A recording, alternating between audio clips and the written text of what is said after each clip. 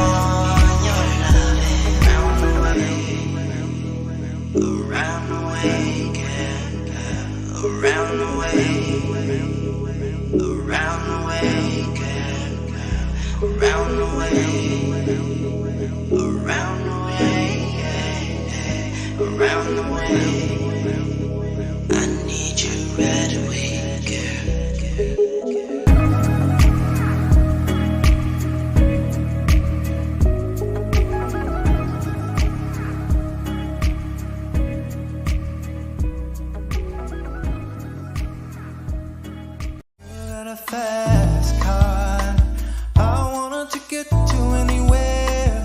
Maybe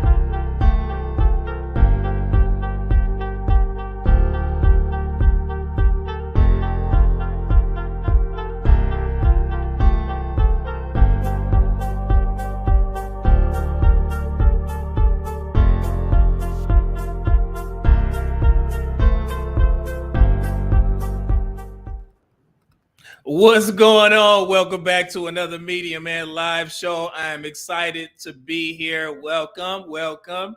Man, we got a great topic. You know, I've been in the lab looking at these videos and seeing what the general, topic of discussion is. And I always hear people talk about a good man versus a nice guy. And typically they use nice guy in the sense of nice guys finish last, or you'll see a lot of women say that they like nice guys, but those tend to be the guys that gets effed over in the long run. And also good men, from what I've started to notice, are getting a bad rap. Women are saying that they don't like good men because of the fact, I'm not even gonna get into what I think it is and actually what I know it is, but we're gonna talk about it. And I know you guys are very invested in this topic. I've seen the comments prior to the show on the community post. So yeah, we're gonna definitely get into it. Why am I sweating? I'm already preacher. You know what I'm saying? I already got on that Christian purple today. So yeah, that may be it. Oh no, I don't like that. I ain't even started to cook yet. Yeah, that looks a little better. You know what I'm saying?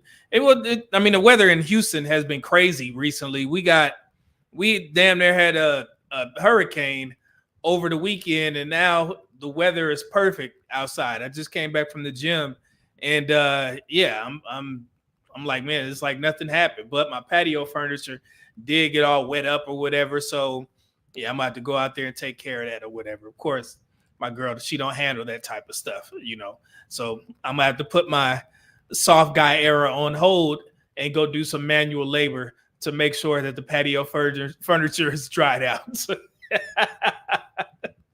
What's going on, y'all, man? Hey, and again, thank you to International Quiet Storm for being here and putting all the links up. I greatly appreciate your contributions, brother.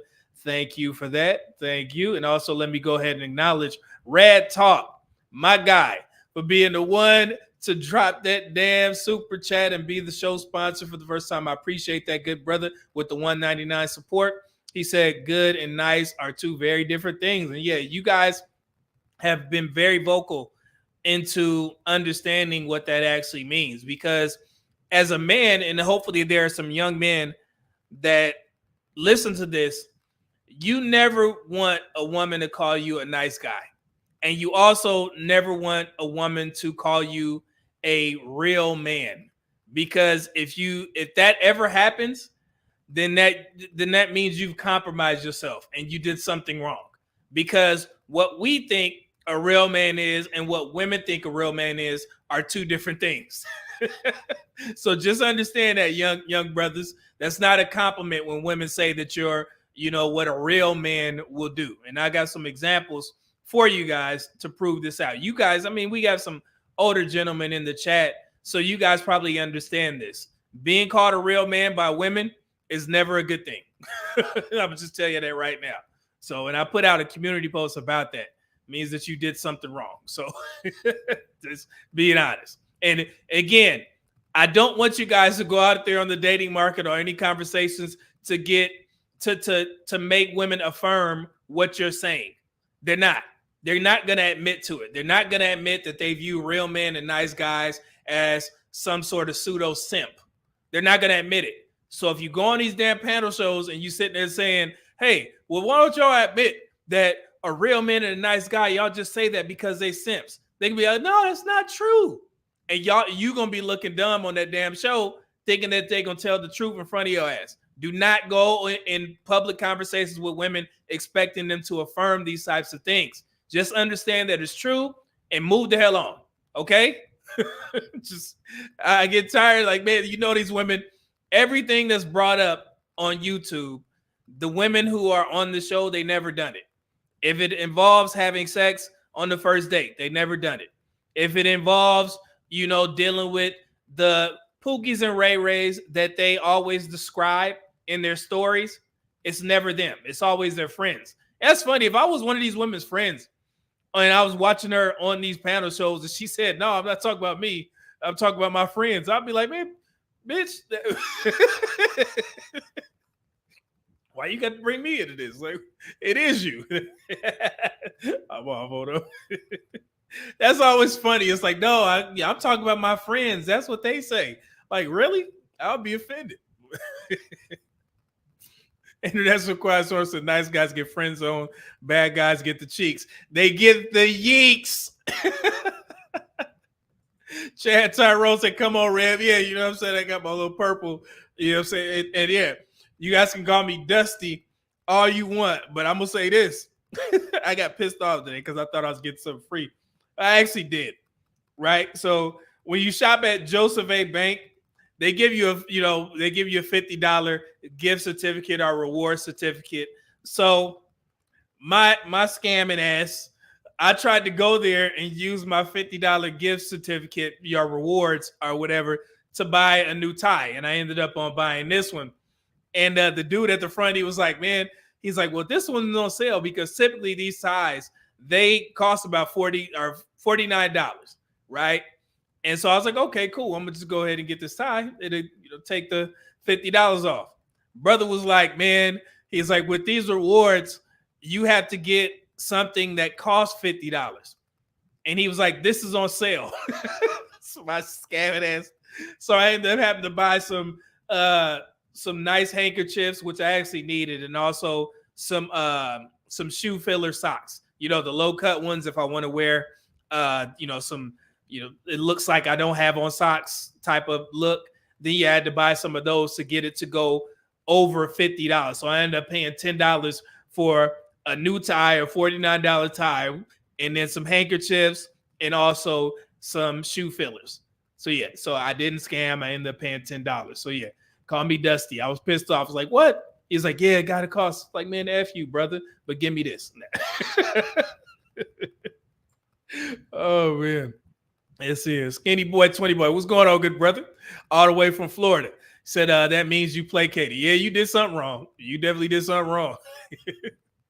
Hello, Mona. She said, hello, media men and everyone. Yeah, I got to send out my payments today. So I got you, Mona. Thank you. Appreciate the support. Make sure you drop your links. Hey, if y'all don't know, Mona dropped an amazing video recently.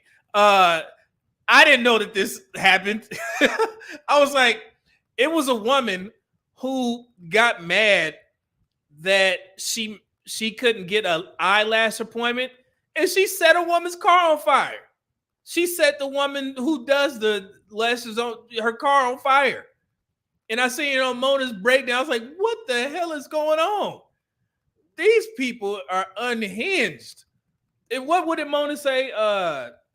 Said some people have poor conflict resolution skills. That's exactly it. Like, man, some crazy ass people out here. So make sure y'all head over to Mona's channel and watch that breakdown. I was like, what the hell is wrong with these people? You about to go to jail over some, well, I don't know how much lashes cost. What? $50 lash installments or something? Maybe even more. Who knows? Shit. Yeah, go check out Mona's channel. So and that's what Quiet Storm says. Nice guys means you get dry balls when it comes to women. Yeah. Mona D said, I like the purple media. Oh, okay, cool. As long as the ladies like it, I'm cool. Y'all be calling me Reverend. It's all good. Thank you, Mona. I appreciate it. Jay Curry said, exactly. I never want to be a real man. Yeah. If that's the case, yeah, we never want to be real men. So that's so funny. It sounds funny, but you don't want to be a real man in the eyes of women. Naga, what's going on, brother? He said real man equals a man who would do anything to a woman's benefit at his expense. Y'all get it. Man, let me just shut up on the topic because y'all got it. So let me see here. Emmanuel Dark said, looking sharp as always, brother. Thank you, good brother. Like I said, this tie, I guess you say, cost me $10. So there you go. LPP no show socks. Yeah, they call them hold on, they call it sock or shoe fillers. That's what the little thing called. And I was like, man, these look like low cut socks or whatever. I remember when I was broke, young kid coming up. Yeah, I know y'all remember doing this. You didn't have that much money coming up. If we wanted some low cut socks, we had to flip them over or tuck them. So yeah, don't act like I'm the only one that did that, because I used to play hoop. If y'all don't know, I used to play hoop at a high level. I used to play basketball in the military for the base teams. I used to travel. I got all types of tattoos with basketball stuff on them. So yeah, I used to play hoop before I started getting into running and hiking, and that's when I got all these shin splints, bone spurs, had flat feet. Doc told me that I would never run a marathon, which I never had, any inkling to do so. And I picked up bodybuilding. So yeah, so I used to be an avid hooper. That's why I talk about the Lakers so much. Even we got a game tonight, so hopefully we get our dub. We'll see what happens. So, and actually, baseball was my first love, first sport that I ever played. I go to the games. I'm actually going to be at a couple games this year. So yeah, go Dodgers. Anyway, let's go. Y'all didn't come here for that. My guy, Dante Bryan, in the building with the $5 super chat. Said, brother Double M. Let me hurry up and go ahead and update this real quick. Hold on, let me see here. We got Red Talk. Got you in there. Hold on, where'd it go? Give me 1 second. Got to make sure. Give Dante Bryan his just due. And Red Talk.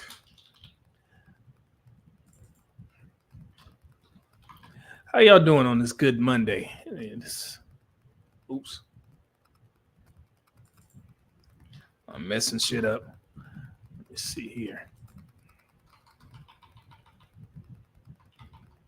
I'm getting a lag on my end. Yeah, I think I don't know if it's just happening on IQS, but it's happening on mine as well. I don't know what the hell is going on. What is this? Okay. Hopefully that works. Cool. There we go. Thank you, good brother. And let's see here. Mona says, hey, Dante Bryan, and thanks as always for the support. Yeah, I greatly appreciate it, brother. Manuel Dark said the Godfather Kevin Samuels would approve that sharp dress right there. I appreciate that, brother. Thank you. See, y'all digging the purple. I'm on the right track. So I picked right.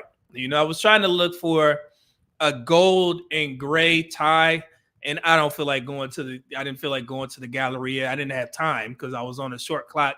I was at work, ran to the gym, and then I ran right over to Joseph A. Bank to see what they had. So me and the guy there, he kept, recommending different ties. And I was like, you know what? I'm going to try and step outside my box and get that purple. Even though I got a couple purple ties, but none paisley. So this was perfect. So thank y'all.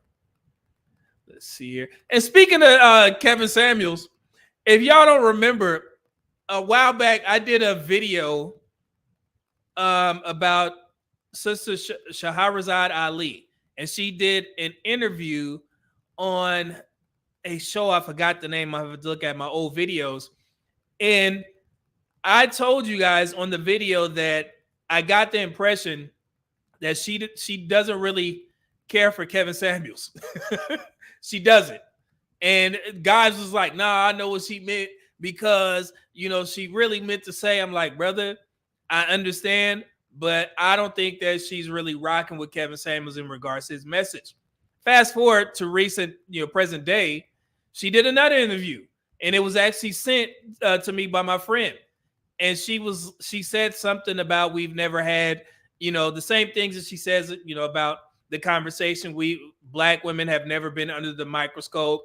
Black men, we know all about black men because black women tell us about black men and how they view black men in regards to the negative connotation.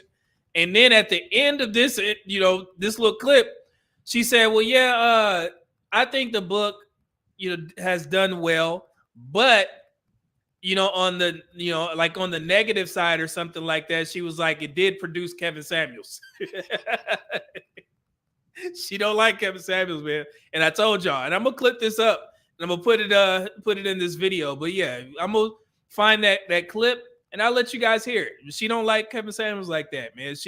I guess she may respect him, but as far as the way he went, with his message, she's not rocking with it. So, and I'm gonna let y'all probably like, what? She didn't say it?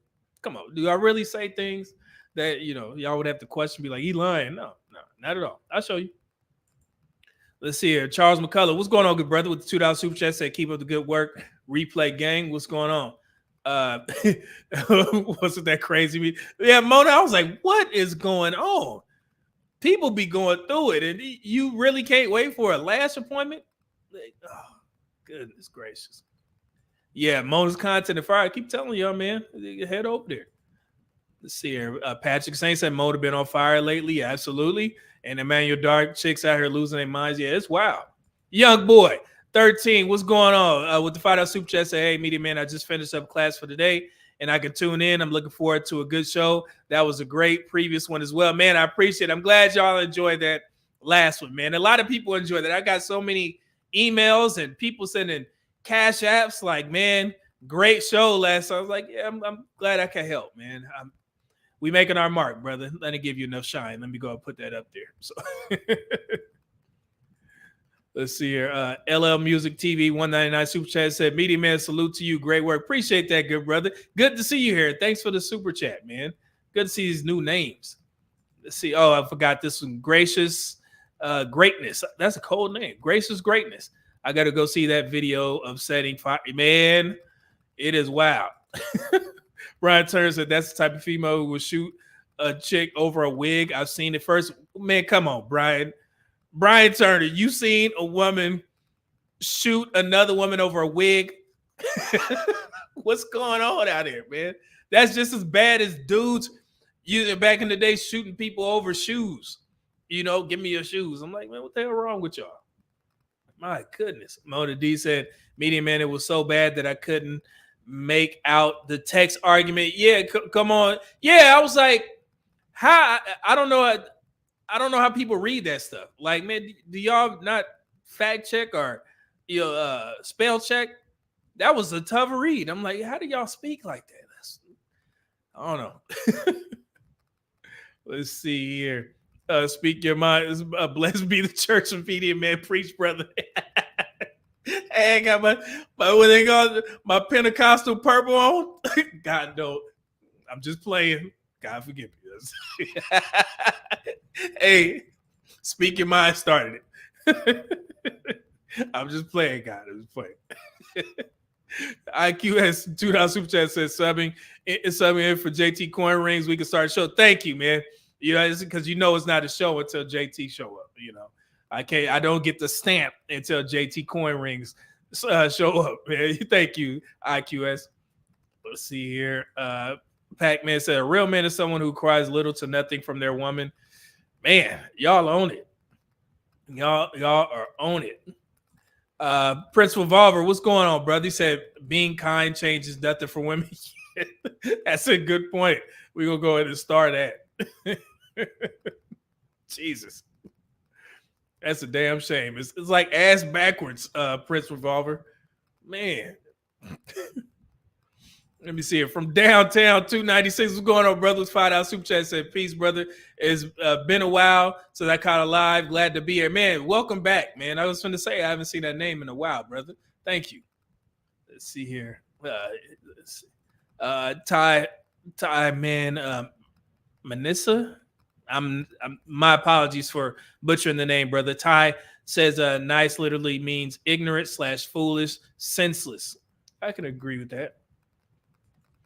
Let's see here. Prince Revolver with the $20 super chat. Let me go ahead and update you. Thank you, Rad Talk, for starting off the show the right way. Prince Revolver said, there is no honor in being a good man or nice to a woman, such women who don't respect you.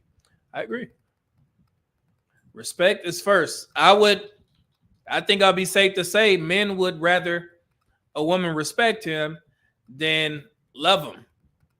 I know that sounds crazy, but yeah, I think so. Let's see here. $20. Bam. Got you in there, good brother. Thank you. Good super chat, brother. Prince Revolver.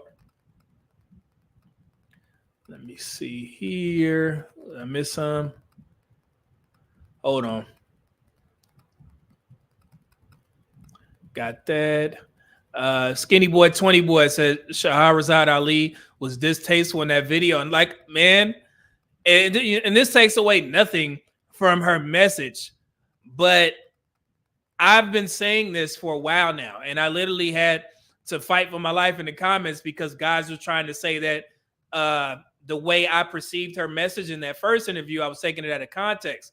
But I know people, man, and I was listening to exactly what she said, and I watched the full interview, and of course everybody has their opinion, but you guys are thinking that everybody has to be on the same accord to have a common message. They're not. And she seriously, she don't like Kevin Samuels. Well, she probably don't like the way that he went about using his message. And then also there was a lot of people that kind of came out of the woodworks when Kevin Samuels passed to I guess convey their disdain for Kevin Samuels. They never really said nothing while he was here, but you see a lot of people now speaking up trying to say that they didn't like him. Because at the time when Kevin was here, Kevin literally had the game on lock.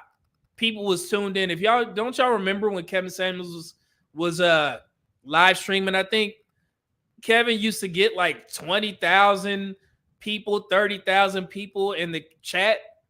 Like that's insane on the YouTube channel. You know, and this was even before he hit like 1 million subscribers. So the brother had commanded the attention of a lot of black men and black women. And it was kind of taboo to speak against him if you were another content creator who had a similar message. But then when he passed, it was like, oh, now I want to say what I got to say. And that's cowardly to me, you know, in my opinion. So let's see here.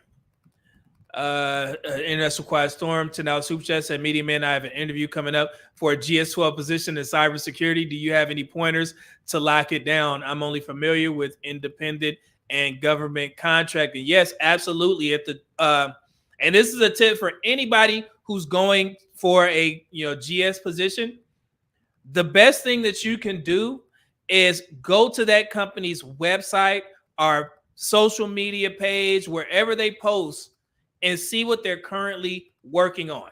Like what is their primary mission as of now? Because you know how you guys have fire lists if you were in the military, what's most important, right?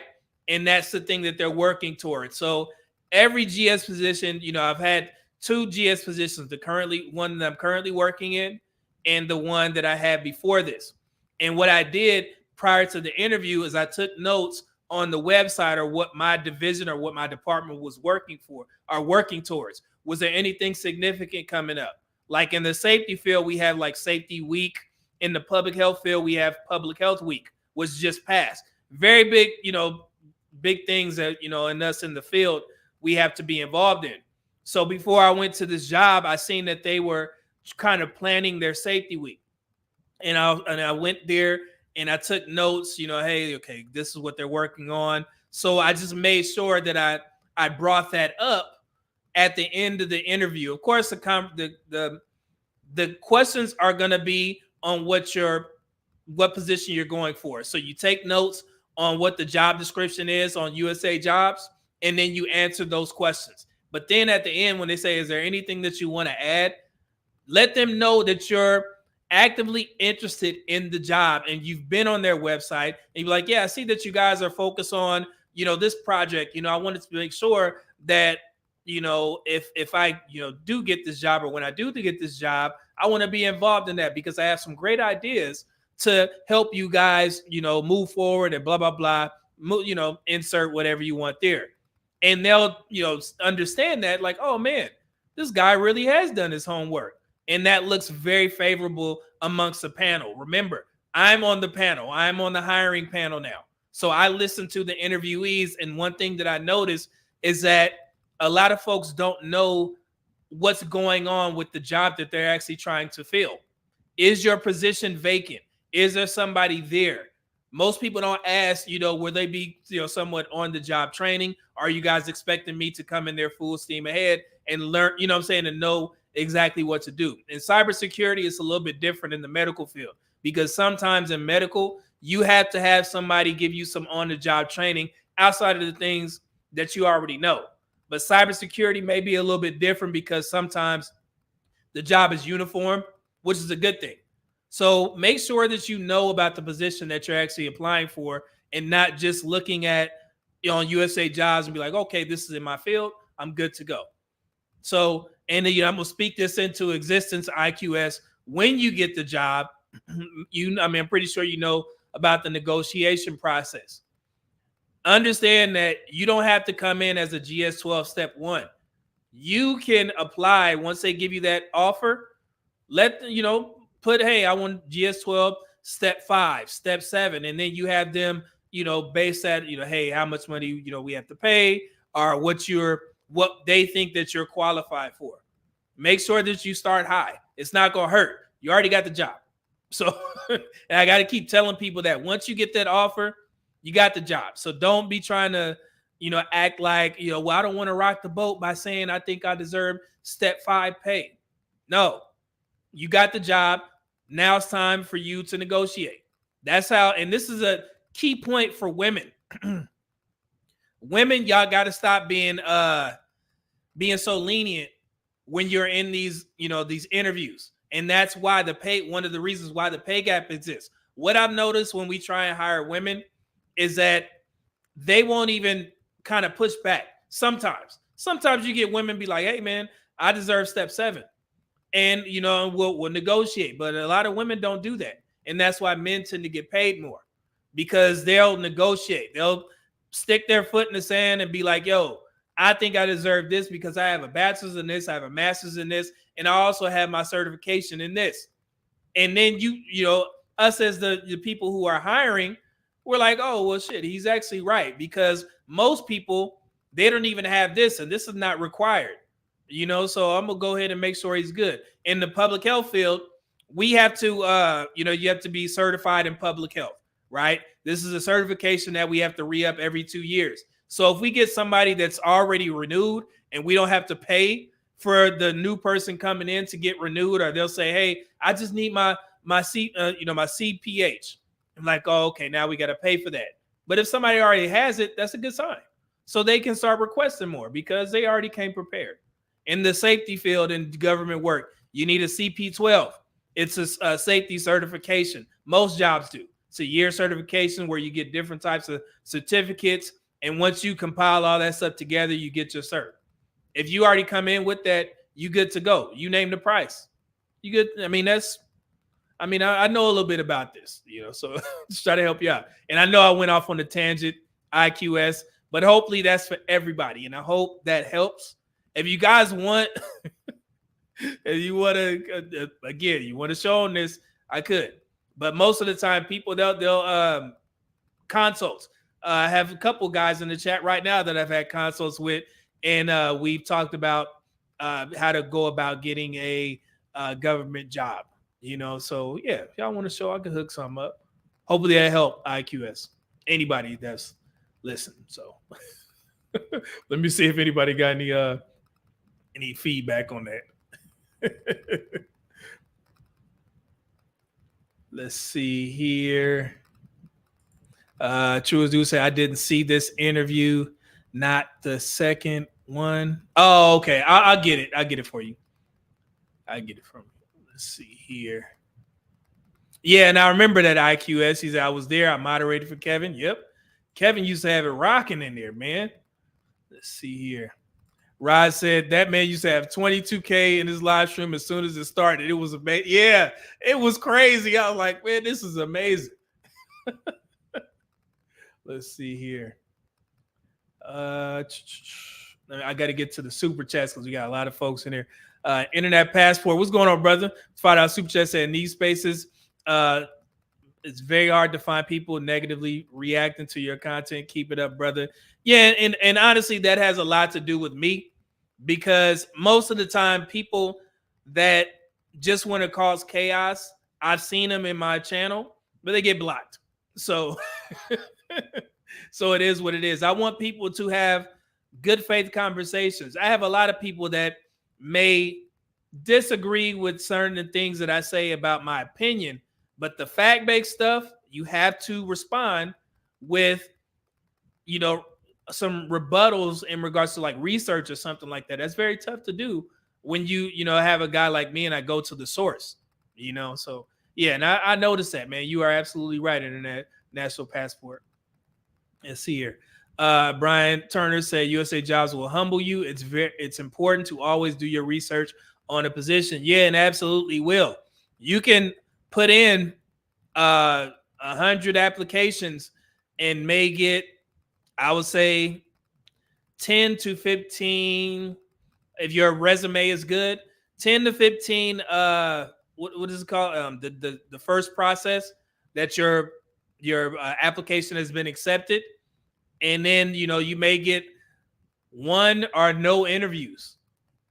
It's just how it is, because those positions are in high demand. So it's very tough. I get it, man. Let's see here. Emmanuel Darts, I always negotiate, especially for tech jobs. Oh, okay, cool. And you guys will probably speak more intelligently on that aspect of it. So yeah, thank you.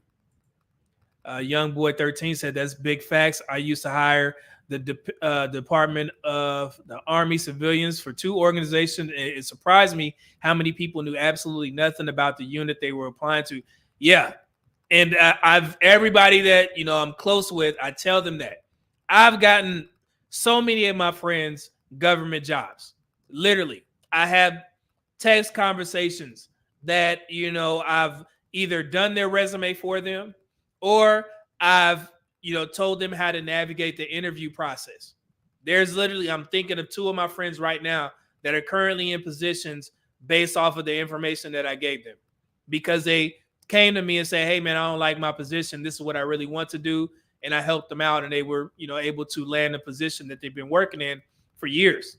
And this is like after I got out of the military. And I know this is going off on a tangent, and somebody always got a problem. Hey man, the show didn't start until such and such. But these are the types of conversations that are important.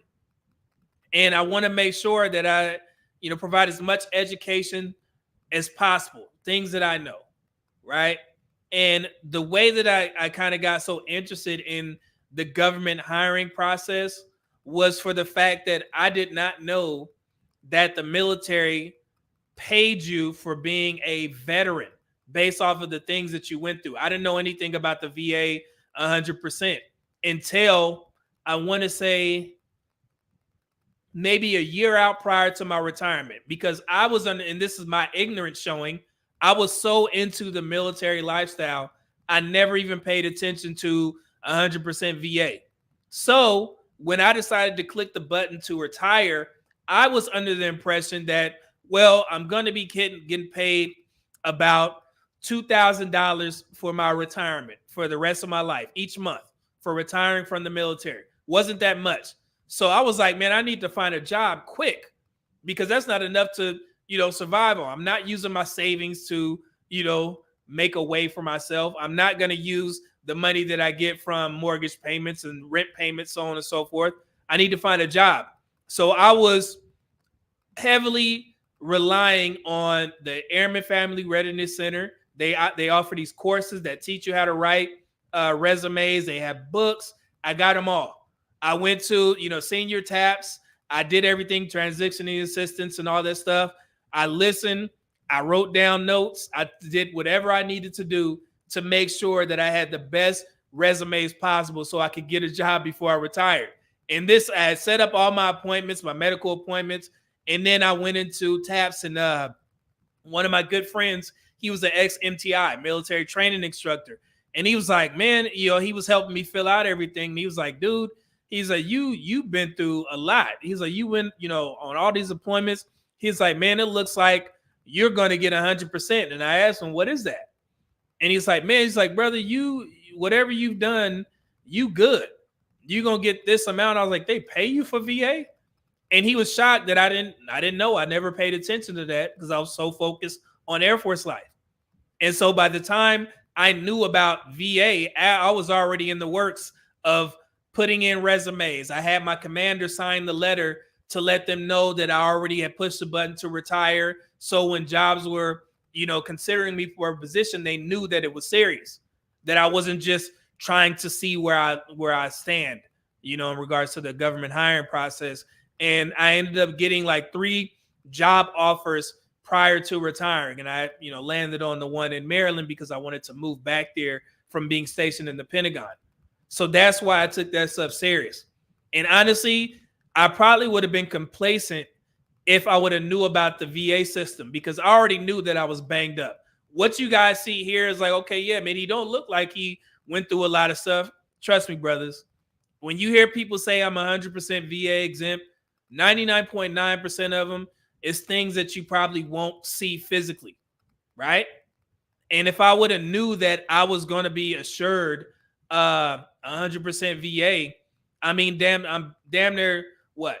I get paid a little over $6,000 a month from the military, VA and retirement included. If I would have knew that, then I probably wouldn't have been as serious as to find a new job. And that's being completely honest.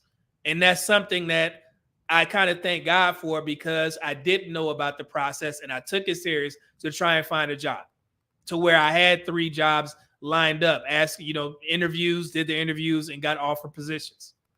So yeah, so that's why I took it serious, and that's being very transparent. And my friends, if they were on this live stream, they would tell you the same thing. Like, brother, how you didn't know about VA? I didn't. So it's the truth. So I stopped. So I don't know if y'all trying to hear all this. So Brian Turner said, I'm studying for my PMP right now so I can get a few step increases. Absolutely, brother. Man, what is PMP is professional. Is it professional management something? Project management something? I know what you're talking about. Then the Air Force, we have our own version of this, and I have that. I think it's called the PMC, Professional Management Certification, and it comes with a lot of things. Once you hit a specific rank, you take a specific test, they give you a certificate. I have mine somewhere around here, but yeah. So. Let's see here. Mr. Donnie Mack said, nice mood lighting, need some purple Sprite. Yeah, oh, yeah. Hey, we in Houston, baby. That ain't hard to find, brother. You know what I'm saying? That drink, all I got to do is, yell outside? I know somebody got a styrofoam cup with some purple drink in it. I love Houston screw music, man. I love it. I love the Southern draw, man. I love their brothers. Let's see here. Dante Brown with $5 super chat said they advocate for men. They're still women at heart. MHD has a saying, listen to all but follow none. It's a good saying. Appreciate that, brother. Let's see here. Vince G said, love your channel. Good information on interviewing. Oh, man, thank you. Okay, cool. Just glad y'all I can help. Don't get on me if this show runs a little bit long, because I'm trying to, give out some information. Brian Turner said, I'm on a 9, 12, 9, 11, 12 scale. Okay, cool. I got you. And Kendall Briggs, $5 super chat, said, my brother, I haven't been watching in a while, but I try and catch you whenever I can, doing great things for the algorithm. Respect. Thank you, brother. Appreciate it. Thank you, Kendall, for coming on back. Let's see here. Brian Turner said, I would love a job show, bro. Yeah, okay, cool. I got you. Let's see here. Skinny Boy 20 Boy said, Media Man got the stat game on lock. Appreciate that, brother. Thank you. Let's see here. Dante Bryan with $10 super chat said, I respect Miss Ali, but that just goes to show you that even if they advocate for men, they're still a woman at heart. MSG has a saying, they advocate for men, they're still women at heart. Yeah, and that's the thing. Like, and I'm gonna give you a perfect example of what Dante Bryant just said. Y'all watch Kendra G's show, right? We can be honest about that. Y'all sent me the clips. I got interested. I started watching just to get a little bit of insight on what the hell was going on in the dating market. If you watch Kendra G's show, you understand that the majority of her people who call in, they're women. And the majority of people who have some foolery to say are these crazy ass situations and marriages are women, right? Fair to say. But Kendra G, as much as she's learned about women on doing her show for the past 4 years, she put out a wrap up, kind of a wrap up of her show over the past 4 years. Do you know that Kendra G, I think she has more men doing foolery on her show than women in the little compilation video that she did to kind of encapsulate her 4-year run. And it makes it seem like it's nothing but men that come on there doing foolery, when we all know that it's more than enough women that call her show, married, got a dude in the bed, 8, 9 kids, so on and so forth. But the reason why she did that is because she's still a woman at heart. No matter what they learn about the dating market, you guys have to understand that women are going to be biased. And also, men are going to be biased. Yes, we are all biased to the groups that we belong to. We may kind of try and get along with each other, level set the conversation, but it is very natural to gravitate towards people who are like you. Women are women. So when I seen her wrap up video, I was like, yeah, this is expected, because she probably doesn't want to put women out there to make it seem like they're doing all this crazy stuff. When if you watch her show, you understand what it is. So yeah, so I didn't get upset. A lot of guys was like, man, this is foolery. I'm like, brother, she a woman and you a man, right? So it is what it is. And you just accept it and move on. So that's why I like what Dante Bryant said. Like, yeah, man, they still women at heart and we still men at heart. And I've been very honest. Like, yes, I want to see Black women succeed just as much as I want to see Black men succeed. But when we start having conversations, I'm a Black man. So, of course, I'm going to be somewhat biased towards what men are saying. It's just how it's nature. Okay. So, and that's, and the marriage market explains this to a T. Everybody, we tend to marry, every racial group tends to marry each other at like an 80% clip. So there it is. It's not that, I mean, if we weren't biased, then you would see 50% clip, 40% clip. No. And that's why it's so funny when you listen to the divestors speak. It's like they think that they're going to bully white men into marrying them. It's like they cut off Black men and they're like, okay, here I am, white man.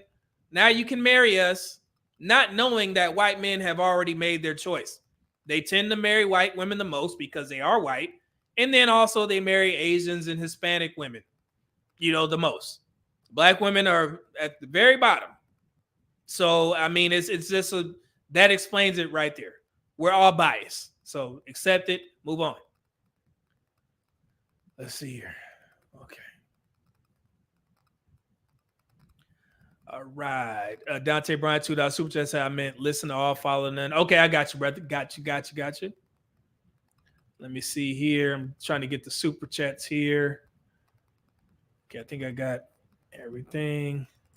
See, Emmanuel Dark said Kendra G just ripped off KS whole format. Yeah, she tries to explain, why I started my dating show before Kevin Samuels or something like that. But I mean, we know what it is. But she has learned some things. But I mean, at the end of the day, Kendra G is still a woman, so it's expected.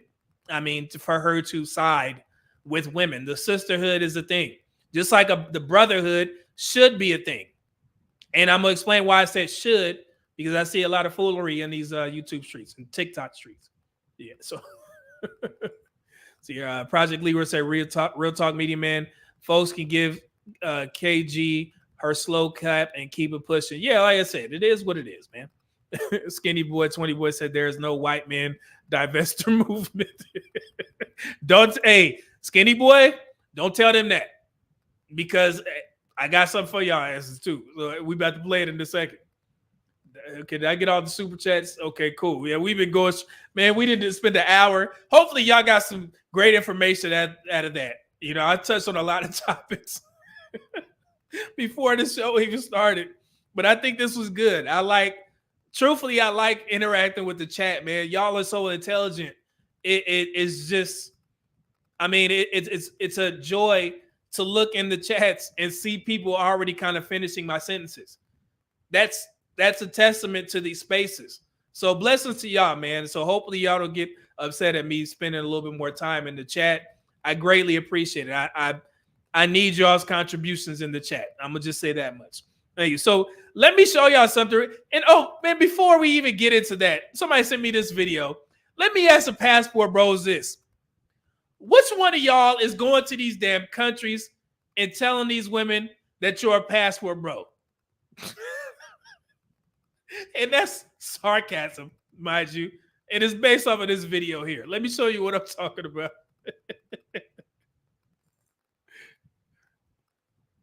In South Africa, crazy. Let me tell you my story. So I was at the V&A waterfront in Cape Town with my family. Hi, do everyone is dispersed. I was at our meeting point because when I saying Gadile, I'm done shopping.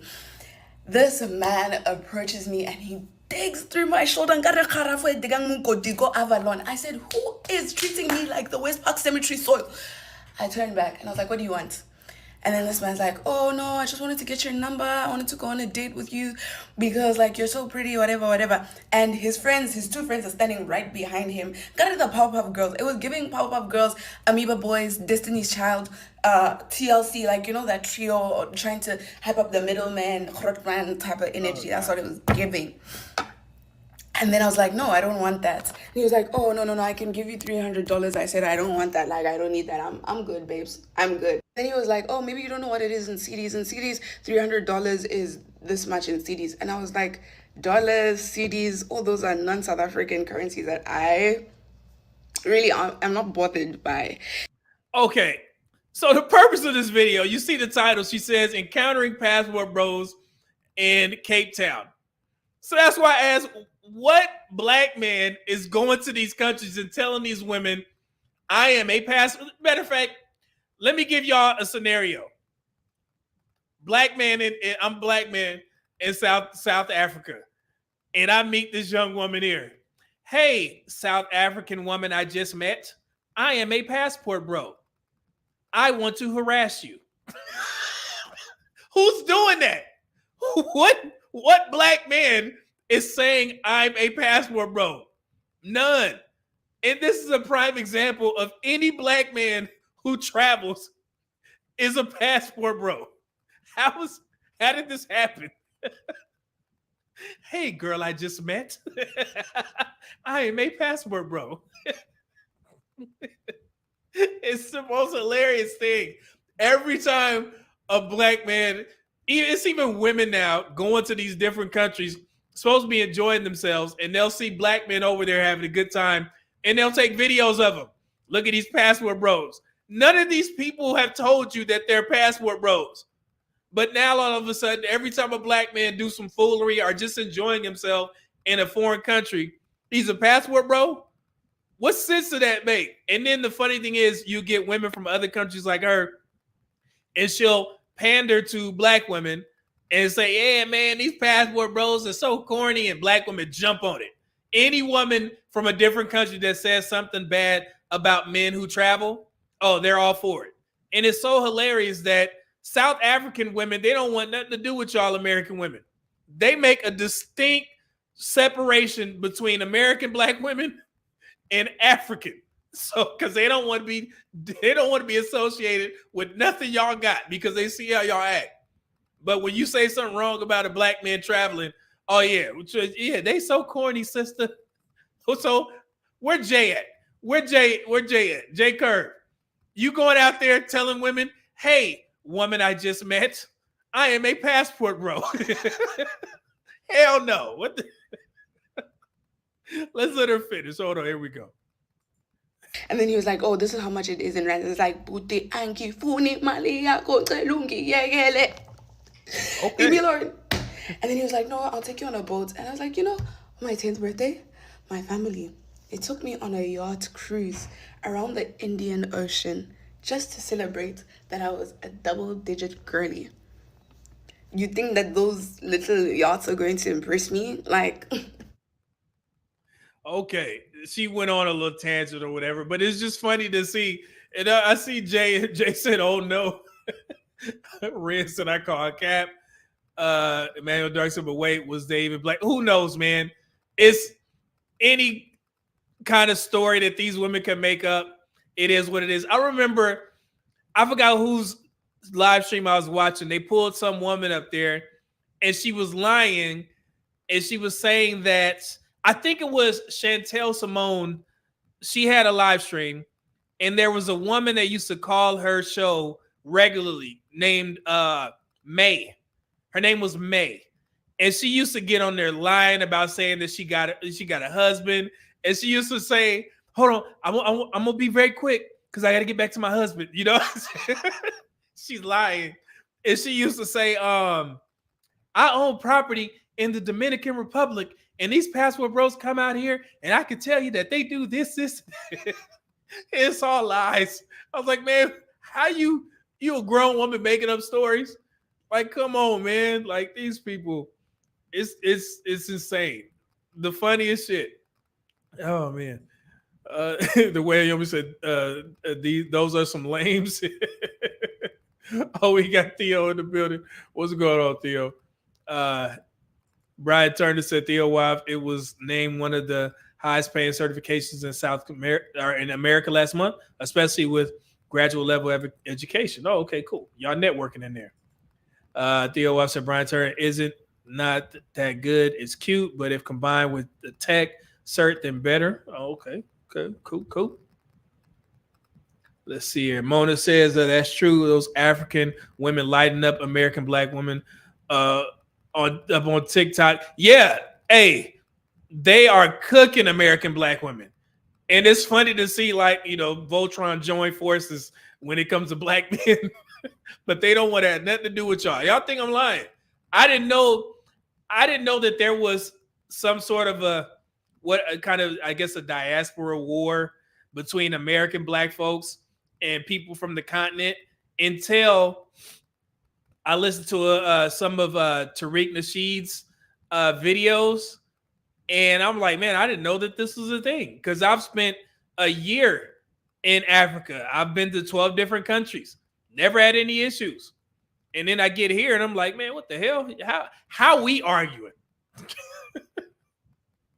So the craziest thing, we will find something to argue about it. James Jacobs said passport, bro. Never heard of it.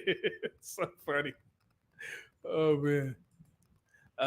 Josh Peeler said, how much y'all want to bet the stories made? Like I said, man, we don't know. They just make up shit. You can say whatever. As long as it's disparaging black men, hey, you going to get clicks, likes, and views. So Dante Bryant said, hey, like LL Cool J said, MFs want to be part of something. That's right. That feminism bug is reaching other continents. Yeah, it's hilarious. And I know a lot of people. I know a couple folks that live in different countries in Africa, and they have an amazing time. Like of course, I went to the kind of the worst parts to provide, medical assistance. But yeah, it's just, I mean, I didn't think that there was any reason for us to be arguing as black folks. Never understood it. We all, black Africans. So yeah, Lord. Yes, Mona said, yes, Medium Man, she come in the chat and be lying, talking about her husband. Why you in there, man? Why you in there, dead man? Hey, it used to be so funny because she used to say, I gotta go because I gotta greet my husband at the door, or I gotta fix dinner for my husband. And she would literally be on Chantel's live stream for like an hour, but she would keep saying, I gotta go. But I want to just say this, and it was all I hate black men stuff. And it was a funny. I used to be dying laughing. Like I thought this woman had to go. Your husband is sitting there hungry. If you tell me you got to make dinner for your husband, and you've been on it for an hour, brother sitting there grumbling. You know what I'm saying? It's I'm like, man, his stomach. Oh, eat. Go cook. Put something in the oven, ma'am. There you go. Y'all know what I'm talking about. That's funny how people know this woman. Project Leo said May used to troll on other channels too. How y'all know this woman? Naga said May is a troll. She been blocked on many channels. This is damn shame. Y'all know this woman for her professional trolling. What's going on, Theo?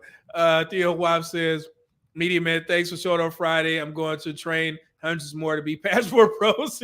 Absolutely, man. And I know they're not going up to women saying, hey, I am a passport bro. Yeah, those brothers, man. Thank you, Theo. Appreciate it. Let's see here. Demetrius James says I've transitioned into healthcare IT after working within the manufacturing industry for a good while. Need to deep dive into cloud as all our apps are going there. That's Theo Waff's lane. Jay Curve actually invited me to one of their classes that they have, and they were talking about AWS. So, brother, you got people in the chat, man. Reach out. You know, if you need to get a consult with them brothers, you know, paying for their time, or if you need to send them an email, man, reach out, brother. They'll hook you up. See here, Manuel Dark said, "Oh, you mean NBA versus Tethers? Tethers." the man, I'm not. Maybe this is my ignorance. First time I ever heard people, you know, referred to as tethers was from the movie Get Out, I believe. I think it was Get Out or Us, one of them Jordan Peele movies, Tethers. And now I see it everywhere in regards to this FBA stuff. But yeah, man, Skinny Boy 20. Hey, Tariq Nasheed. It's tough. It's funny because I'm supposed to be getting something, you know, like good out of it. But when he opens up the chat and he goes against people from Africa, man, I can't listen to it while I'm at work because I'll be crying. My stomach hurts. The way that he, what did he call one? Nah, I'm not even gonna repeat it. I'm gonna just let y'all know that shit is hilarious. When he, I'm gonna get a clip from there, but it's too much, man. I'll be dying laughing. Tariq Nasheed is hilarious. As much as that brother has done, the Hidden Colors volumes, amazing. You know, opening up his African history, you know, museum in LA, done a lot. Outside of that, Tariq Nasheed is hilarious. It's some of the best comedy out there. Oh, thank you, brother. Said it was Us. Okay, cool. Yeah, it's the first time I heard it. Man, Harry Matthews said Jason Black roasted the hell out of a tether from Nigeria. Price tether. Oh man, Panda Man, yeah man, I'm Tariq Nasheed hilarious. So Drip Fire said, "Oh yeah, diasporas is what they call us. They really don't like us over there. Most, not all. Wow." You know, Project Leroy said, "And the tether be mad with their horseshoe hairline."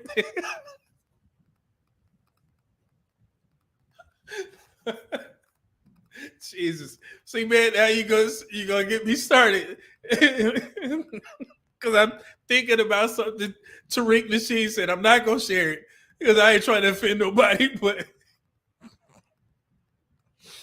so y'all just started so man. Now when I get to laughing, I can't stop. That dude is hilarious, boy. Oh man. Tariq Nasheed is hilarious, man. Oh, goodness gracious. Okay. He said horseshoe hairline. Don't start, man. Oh, man. What's going on, Shaka Zulu? Greetings, brothers and sisters. Let me see, who is this? Agent Have Weave Killer? What the hell you got on your profile picture, brother? Respect, brother. What's going on? Patrick, man, it ain't funny, man. He wrong for that. Skinny Boy 20 Boy. I have no problem as long as they respect our contributions as indigenous Americans. Yeah, man. I mean, it's and the one thing that I don't understand about folks from the continent, I'm like, man, in order for y'all to have all this, you know, freedom and to come over here and do whatever you want, that is because of American black folks. So, I mean, I don't know why y'all don't understand that. If black folks didn't, you know, stand up, the civil rights movement and all this stuff, none of this stuff would be possible for y'all to even come over here and thrive the way that you do. And I think that's what all, you know, American black folks are trying to get them to understand. Like, man, y'all talking about it's our fault that our ancestors got sold into, you know, slavery over here. How you blaming the generation. You know what I'm saying? Like, how you blaming us? That makes no sense to me. And that's where the conversation and logic stops for me. Like, bro, you what? This is not my lane. Tariq Nasheed is far more educated on this topic than me, so I would advise y'all to go over there. But from the outside looking in, so to speak, and just knowing surface level information on this, like, that's y'all gripe. Like, what? It's, I don't know. I'll leave it at that. Or go to Tariq Nasheed. So my goodness. So, and let's get into this next topic. And we got a bunch of things going on. This actually goes into the nice guy, good man conversation. Let me just apologize to the black men in these spaces, because I know that it took me a while to understand that black women kind of code switch for white men. And I did one of my best videos a while back where I had proof that black women code switch when they get with white guys. So again, I'm apologizing one more time because I didn't know that this was a thing. But now I'm starting to see that this is a little bit more prevalent. And before I play this video, this is not about the couple that I'm showing in this video, but there's one key thing that the woman says that we're going to unpack. Again, this is what the kids say, shade to the couple. They're a great couple. I love to see people married, living their best life. Not about them. It's about the comments under this video. Let me show the video, listen to what she says, and then we'll move forward. Here we go. White man. Of course everyone thinks he has A1 credit. And he does. I married a black woman. Of course I season my food. I married a white man. Of course everyone asks me if he has a brother. But he's married. I married a black woman. Of course I'm invited to the cookout. I married a white man. Of course everyone thinks I married him for his money. But I make more than him. Make more than him. Did y'all hear that? The video's kind of low, but did you hear what she said? Hold on. Let's go back. But I make more than him. Hold Black on. woman. Of course I'm invited to the cookout. I married a white man. Of course everyone thinks I married him for his money. But I make more than him. Make more than him. Did you hear that? She said, I married a white man, so of course people think I make more money than him. And then she said, no, I make more money. She said, of course people think he makes more money than her, or I marry him for his money. And she said, no, I make more than him.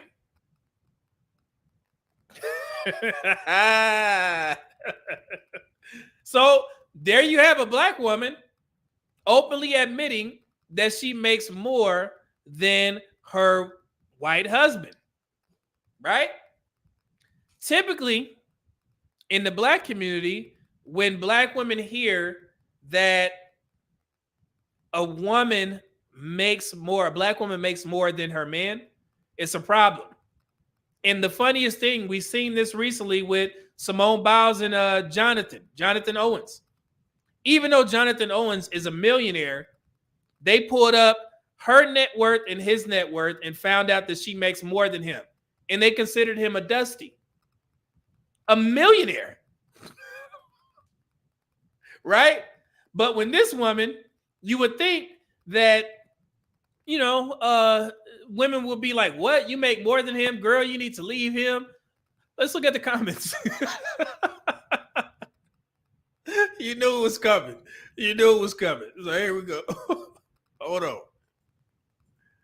Lord have mercy. And that's why I said, man, I apologize to black men because y'all, knew this and I had to wait. Here we go. Let's see what they had to say.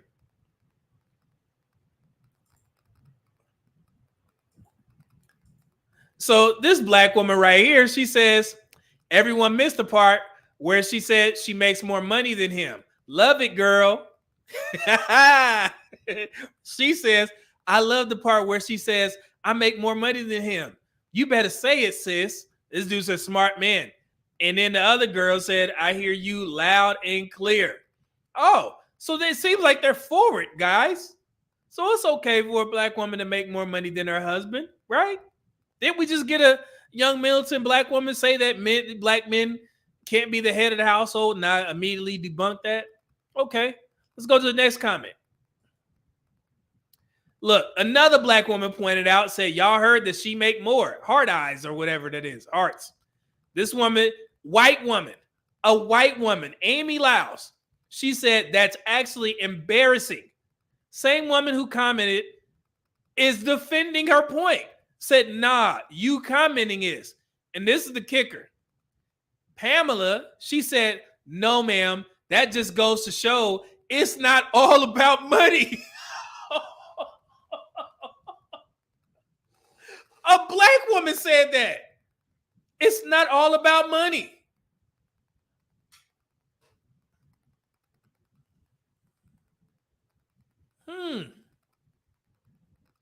It's very interesting. So shout out to you, black men, for calling this foolery out. I never thought I would see to the day in today's modern times that you would have black women defending a black woman for making more than her spouse. But it's only because he's a white man. Black men, y'all gotta do the best of the best, right? Because you're looked at as less than if your wife makes more than you. But if she's with a white man, all that shit don't matter. It's about love. So I understand, guys. I do understand, and you guys have some valid points. And it's not just these couple of comments. It was littered down her post. You know, like I said, I don't care who you marry, right? As long as you get married. So shout out to them. And the reason why I'm not going is, hard pause is the video that made, that they made saying that, oh, I married a white man or I married a black woman, because every couple does that on TikTok. You get Asians with black folks, Asians with Hispanics, whatever. Every black man with white women. I don't like it, but they make them. So I'm not talking about them in regards to that. Everybody does it. It's the fact that I see black women defending the fact that she makes more than him. And they automatically assume, okay, he's the head of the household because he's a white man. But if you're a black man, we can't be considered head of the household. For one, now, since the goalposts have shifted, we don't make, even though we make more than black women, we still can't be considered head of the household because it's not a huge gap, right? So again, shout out to you black men who've been in these spaces longer than me, and you guys saw the issue before I did, and I'm glad that I put in the work to find these kind of examples. And it's not necessarily to bring up old stuff. It's just kind of proving the point. Like, yes, black men do have they do have a gripe when it comes to this. So you guys are actually affirmed. You didn't need me to tell you that, but I just wanted to see it for myself and bring it to the forefront. So shout out to that beautiful couple, man. Hopefully they have much success. But the fact that you get black women who say that it's all about money until it's a black woman and a white man, that's very telling. Very telling. So just wanted to show y'all that real quick. So shout out to them. Let me see what y'all got to say. Let me see here. I may have missed some. Did I miss some super chats? Yeah. Drip Fire says, with the $5 super chat, said they view us as lazy. They don't view us as paving the way for them because they fought for apartheid over there as well. Yeah, it's wow. Neville, what's going on, brother? Neville Hirschfield says, not every African person hates African Americans. Let's not do that. I don't think I said that, Neville. I think I started off my conversation by saying that I spent a year in Africa. Hold on. Give me 1 second.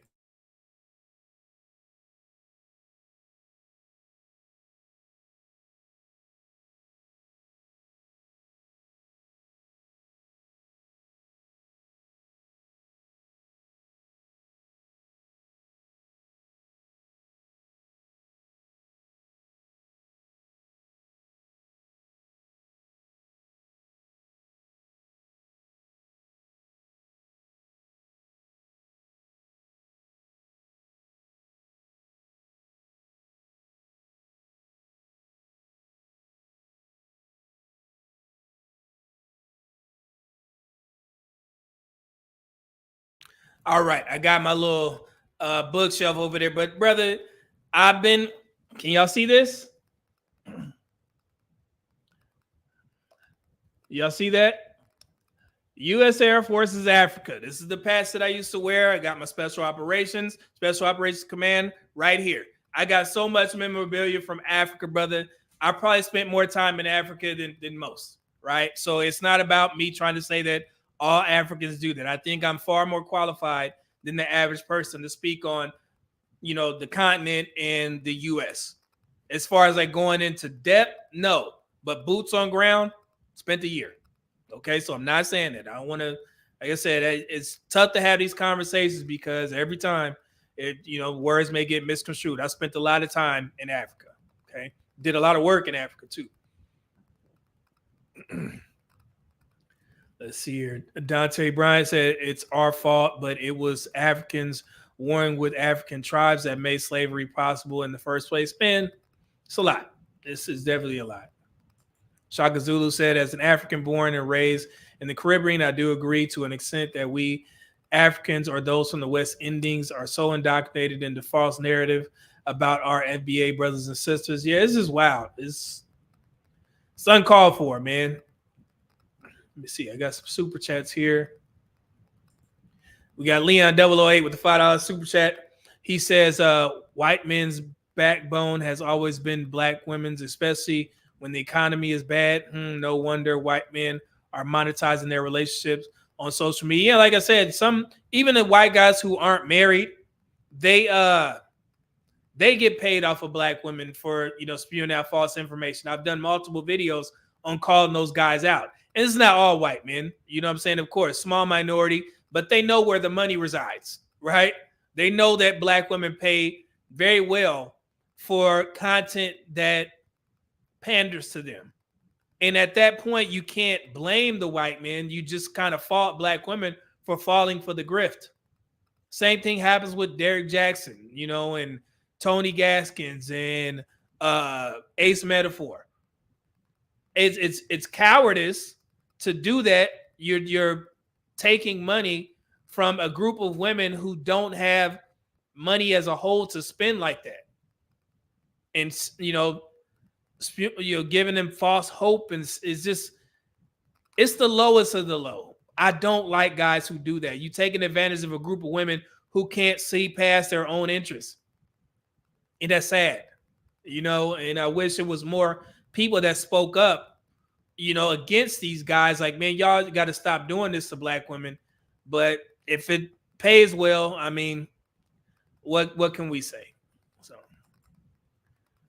Emmanuel Dark said, black men tax minus a black men need to make 10 times or 100 times more just to get subpar treatment. Yeah. And I did notice that. Let me see here. My man, Terrell Evans, coming through with the $30 super chat. He said, Media Man, phenomenal content. I'm here for it today. Salute him. Appreciate that, man. Thank you. This has been a great show so far. I get to kind of, talk to my interests, so to speak. So Dante Bryant, $10 super chat, said, because they look at white men as the symbol of power. I forget his name, but a black manosphere of who passed away says the white skin covers a multitude of imperfections and sins. Man, that's pretty deep. Yeah, thank you, Dante Bryant. Let me see here. Let's see. S. James Palmer said, hey, woman, I've just met. I'm a passport bro. Yeah, who is doing that? Hey, girl, I just met. Risa says, hey, y'all, glad I caught a live show. Oh, thank you. I'm glad you're here. Appreciate it. Thank you. And Emmanuel Dark says, yep, we see it crystal clear. Appreciate that. And then let's see, Train to Live. What's going on, brother? Said Dennis Ferguson just did a 3+ hour live stream related to the FBA and African American enslavement history. Oh, okay. I'm definitely gonna have to check that out, man. Yeah, it's a lot. Like I said, man, we're not content creators. I'm quick to tell y'all, if it's a conversation that I'm not well versed in, I'm gonna point you to somebody who I think knows more, and I'm gonna learn. So I'm not gonna even sit there and play like I know the backstories in regards. I know very surface level to the point that I'm not gonna go on anybody's panel and act like I know. I'm gonna sit there and listen, and I'm gonna learn, and I'm gonna research for myself. So, and it's the same thing. Like I remember I was teetering with the idea of doing a religion conversation because, as you guys know, I'm in the process of getting closer to God, reading the Bible a little bit more, kind of understanding. And I told you guys that what I don't like about conversations, of religion in the Black community is that I don't understand how we could read the same book and you'll have 10 different opinions on what this one scripture actually means. That I don't understand how that happens. So I told myself if I was going to take this journey on trying to get closer to God, I'm going to keep my stuff to myself because I don't want to get the conversation muddied up to the understanding of everybody else. Because if I read it and then I get the translation, which is what you're supposed to do, I have my book of translation. I'll translate the message and I'll get it and I move on. But if I sit there and tell somebody in a logical manner, I read this, I translated it, this is what it means. That same person that I'm talking to could come back, no, this is what it actually means. I'm like, brother, I ain't got time for all that. Seriously. So yeah, I keep my stuff to myself. So let's see here. Train to Live said 499 Super Chat said correction. The Blizzard King did this probably 3+ hour live stream related to African enslavement history of FBA. Oh, okay, appreciate it. Nelson Charles says 90% of people misinterpret the Bible just by not knowing how to read it right. Yeah, and like I said, I went to Barnes and Noble and I got a translation because some of the words you have to translate. I did not know this, reading the Bible because I was sitting there reading it and I'm like, man, what's going on? So I had to go to Barnes and Noble and grab a book. I will put it on my Amazon wish list for you guys can, check it out. If it's something that you're trying to do, get closer to God and understanding a little bit more. I needed that. So yeah, it helps me out. Dante Bryan said it's because not everyone can understand the Bible at a certain level. You have to be chosen. Okay. Skinny Boy 20 Boy said, I have a controversial take regarding the slave trade, but it's too much to talk about here. Yeah, man. It's touchy subject. Nanga said, I stay away from the Keisha James version of the Bible. The Keisha James. Man, you a wild boy. Drip Fire with the $5 super chat. He said, everyone perceives life, Bible, God, and the word differently. We all ain't the same. I agree. But I just it doesn't sit right with me. I won't say I'm black and white. There is some gray in there when I share my opinions. But when there's certain things that I read, such as the Bible, anything that has to do with education, me, doing my job better, professional type learning, I would rather that be black and white. Seriously. I don't want to have a conversation based off of theory. I don't want to have what's theory is better. Siri thought I said theory. But yeah, I don't want to have a back and forth conversation about theory.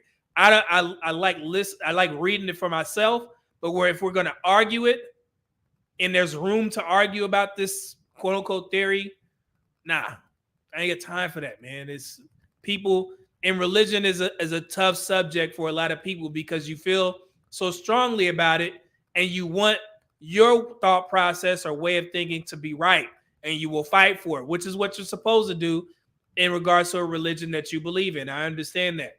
But it muddies up the conversation when you have two Christians arguing about what the Bible means. Does that make sense, guys? Put a one in the chat if that makes sense. May not have to be how you view it, but just let me know if I'm making sense on the topic. So, so yeah, let's see here.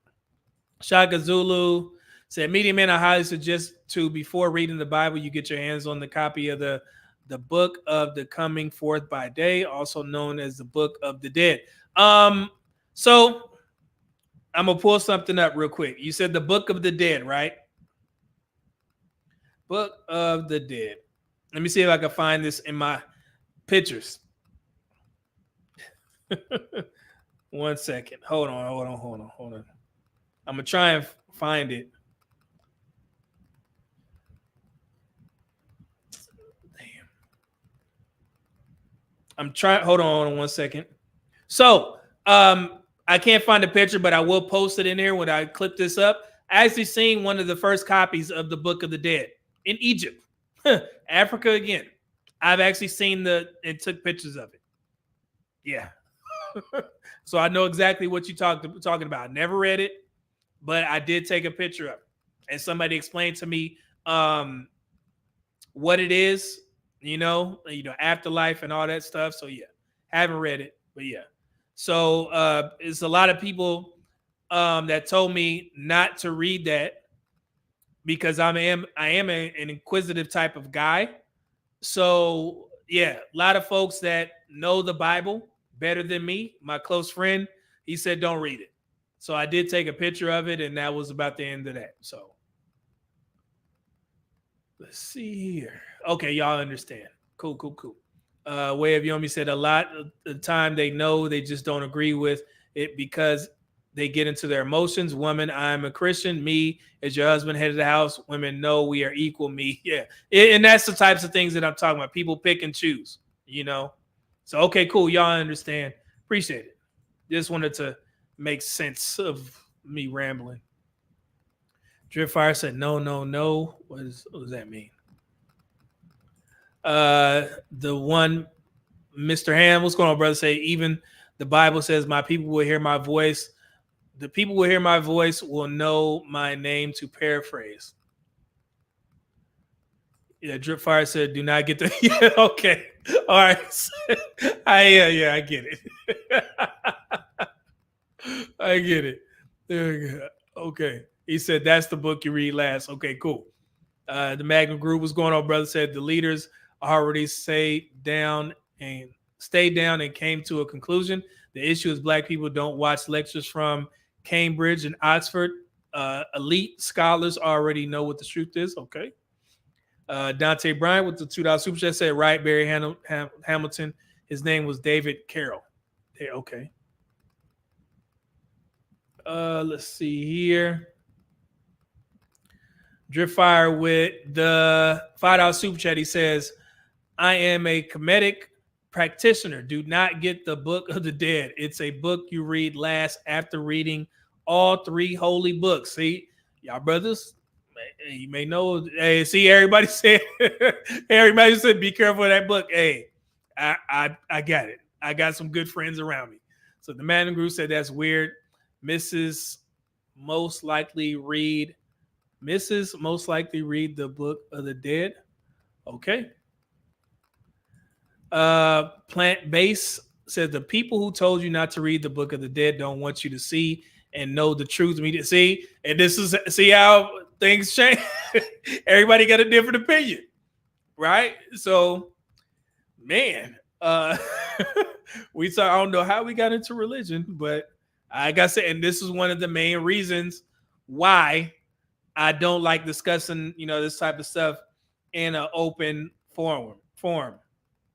So, but yeah, so and like I said, we have a lot to cover, guys, and I know we do have to talk about what is a good man. Trust me, I'm gonna get into that. I have so many videos that I wanted to actually play because I did mention that there are some black men out there that kind of just don't get it. And honestly, when I first started in these spaces, before I got on YouTube, I asked questions, over on Facebook, and I had to learn about what the hell was going on. And this next video series is a prime example of why black men need to get out of their effing feelings and listen to what our women are actually saying. And he got a wake-up call in his own chat for trying to cape for black women who can speak for themselves. But first, let's start here. This young woman says there's a lot of black women that have never been on a proper date. Let's get to it. Women in their 30s who've never been on a real date, who've never received a bouquet of flowers, who've never gotten a gift from the men that they were allegedly dating. I'm not even saying this to be mean. I want a genuine answer. Why are y'all dealing with men who are not taking you out? So this is this guy, he's responding to this woman that said she knows a lot of black women that have never been on a proper date. And she also went to say, we know why, which alludes to the fact that black men don't take black women out on proper dates. Right. And you can get the gist of it if I click the whole video in there. But he's responding to her saying, hey, why don't black women go on proper dates? And if you guys remember, just recently, I just talked about this. I told black women that you control where you go or not. I put up a community post explaining the fact that a woman said that she don't go on proper dates, but she ended up going back to a dude's house. And she don't like that. And I asked, why did you go? She said, because he was cute. Simple. But then you go back on social media and you complain that you've never been on a proper date, but even though you guys control it. And I don't understand why women, particularly black women, don't understand this. You control who you go out with. You also control who you sleep with. It's very simple. If they ask you out and they tell you, nah, we're going to just go back to the house, chill a little bit, watch some Netflix and chill. Do you smoke weed? Oh, you do? Yeah, that's what we're going to do for our first date. At that point, the ball is in your court. If that's not what you want to do, then don't go. But don't complain that you went over his house, got beat and skeeted on, and then you come on social media and complain about black men not taking you out on proper dates. If it's not a requirement, then you will never go. Okay? So this is what he's talking about. And women, y'all need to stop acting like children. Speak the F up. Y'all adults, right? Don't y'all know that y'all control all these things? And I hate to harp on this, but God, dog, social media coddles black women too much. Y'all are supposedly smart. 28% of y'all over the age of 25 have a bachelor's degree or higher. 22% of black men. Let me just go ahead and throw that in there because before people start talking about it's such a huge gap. It's only 6%. But 25% of y'all, 1 out of 4, have a degree. I would assume that makes y'all smart. So if I'm going to sit here and lecture y'all like little children, hey, you know that if I offer you a candy corn and you don't like candy corn, why would you take it? It's that simple. Like, Jesus. All right, let's continue. My goodness. Telling me that's a requirement. That's what you want. Then why are you dealing with men who haven't given you that bare minimum? You should only really deal with men who have a desire. Uh-oh. Hold on. We frozen. Give me 1 second. Let me fix this up. Hopefully you guys can still hear me.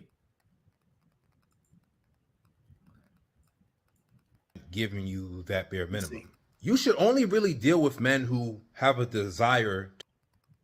What the hell is going on? Hold on. Let me fix this. I don't know what the hell's going on. I may have to reload this for some odd reason.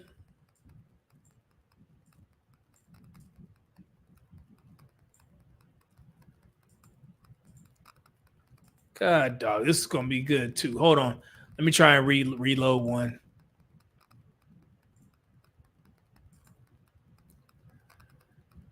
Oh, that's going to piss me off. Give me 1 second, guys.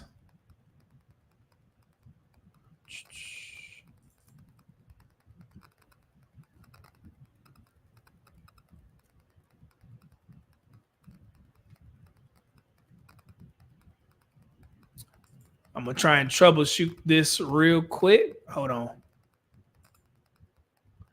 Yeah, it's saying it's having difficulty playing this for some odd reason. I'm going to send another one back here. Give me 1 second, guys.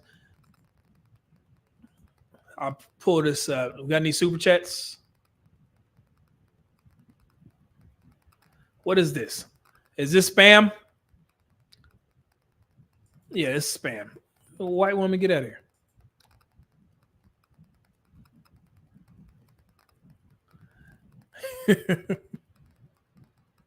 Yeah, this is spam. Look at some white woman.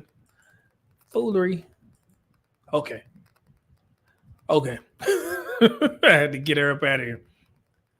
See, what y'all still talking about that damn Book of the Dead.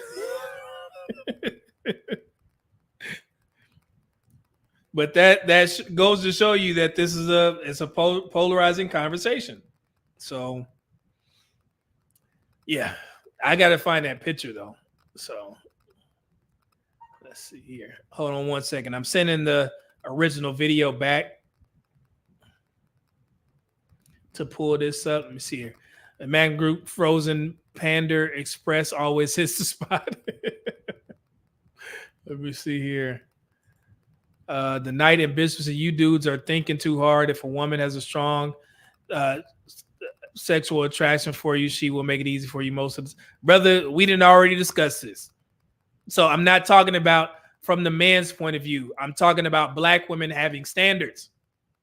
It ain't got nothing to do with what benefits us. It's what women, black women in particular, complain about. If I see all these black women saying I've never been on a proper date, then what types of dates have you been on? To the house? How did you get there? Did that man grab your hand and make you come to his house and Netflix and chill? No. That's what I'm talking about. I'm speaking towards the point of what women are complaining about, not from what benefits men. Of course, if it was up to men, all women would just come back to the house and you ain't got to put in that much work. I get it. But if you're one of these women that don't want to do that, then you need to make sure you stick to your standards. And that's why, that dude was Brandon Jamal, the guy that made the single mom song. It's like, what do you say in the song? How, there's no good men, but you women stay pregnant. If there's no good men based off of your standards, then how the hell are these men gaining access to your vagina and your womb? Do you understand now? Those two things should line up. If you think that there's no good men, what is it? Are men separated from their dicks? Huh? So if there's no good men, you'll just take a piece of dick on the side. Does that make, ladies, I know y'all ninja watching. That sounds crazy, right? God, I mean, damn, if you want some, cool. Get you a little piece on the side. Make sure that you're safe. Make sure you wear a condom and you don't get pregnant. Men do it all the time, right? That's what we do. The majority of black men don't have kids. The majority of black men don't have STIs or STDs. So they're doing something right. They're protecting themselves. Good men are protecting themselves. That's why we're having this conversation. But for y'all to be grown-ass women to go on social media and complain about things that you control, it pisses me off because y'all supposed to be smart. It should make no sense.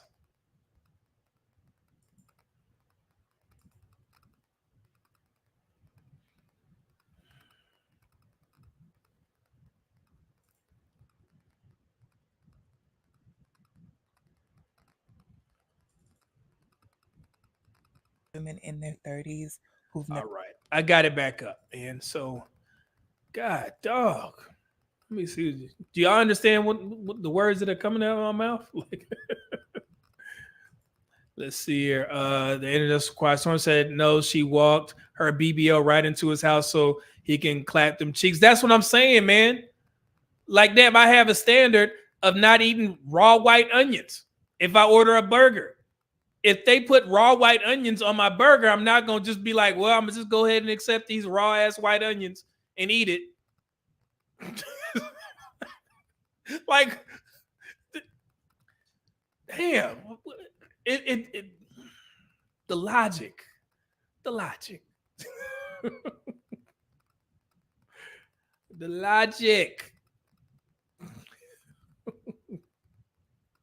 Let me see here.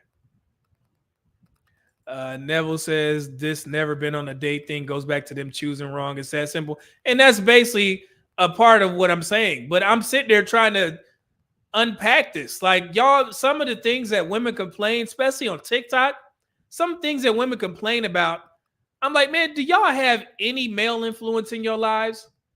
Because from what I gather from most women on TikTok is that you either have a lot of men who have their own selfish interests invested in you because they want to have sex with you, or you just don't speak to men who you actually respect or you admire, and men who are not after trying to, get your booty. You know what I'm saying?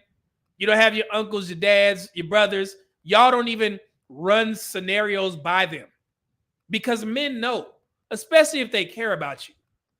They ain't gonna let you go out there and, well, this man, I just got my taxes back. Some woman on TikTok, I just got my taxes back. And this guy that I was dating for about 2 months, he said that he could turn my $2,000 into 10,000. So I gave it to him.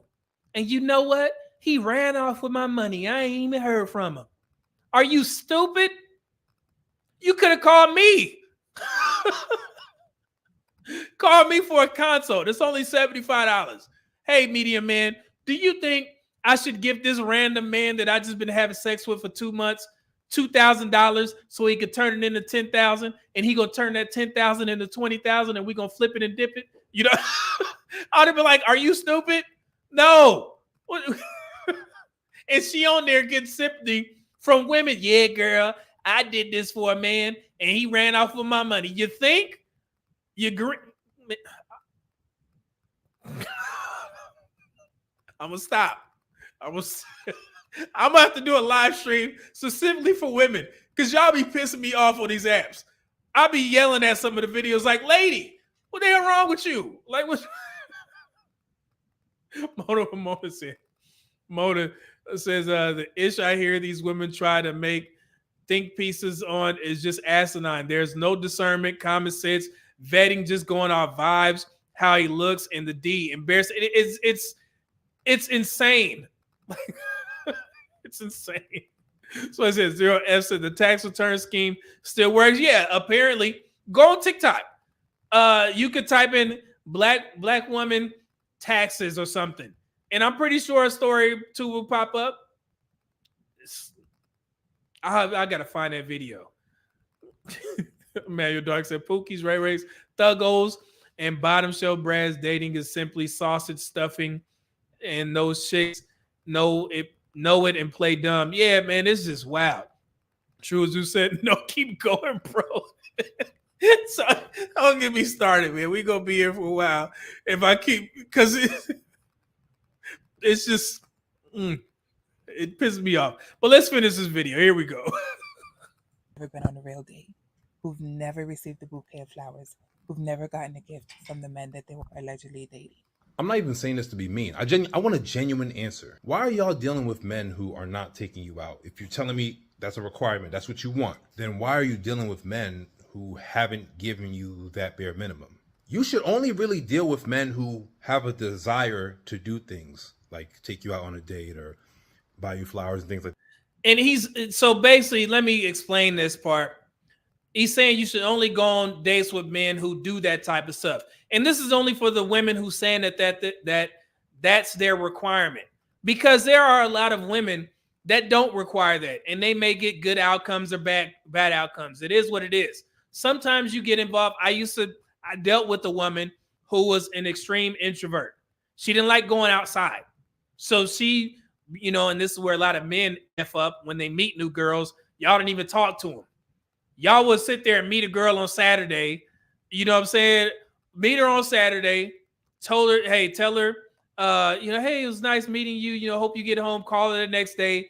Set up a date for next Saturday. And that in between time, in between days, y'all won't even politic with the woman. You don't talk to her. You don't establish a rapport. Then when you get on the damn date, y'all don't know nothing about each other. So now you're getting a handshake when you first meet her or an ass out hug. Y'all got to start, getting to know these women first so they can get comfortable. And I'm not saying that to do it for your own, benefit. But when you date a woman who's an extreme introvert, I talked to her, I met her, I talked to her.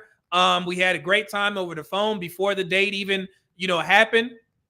And when it was our time to go out on the date, she told me, she said, hey, I really don't like going outside like that. How about I just come over your house and cook for you?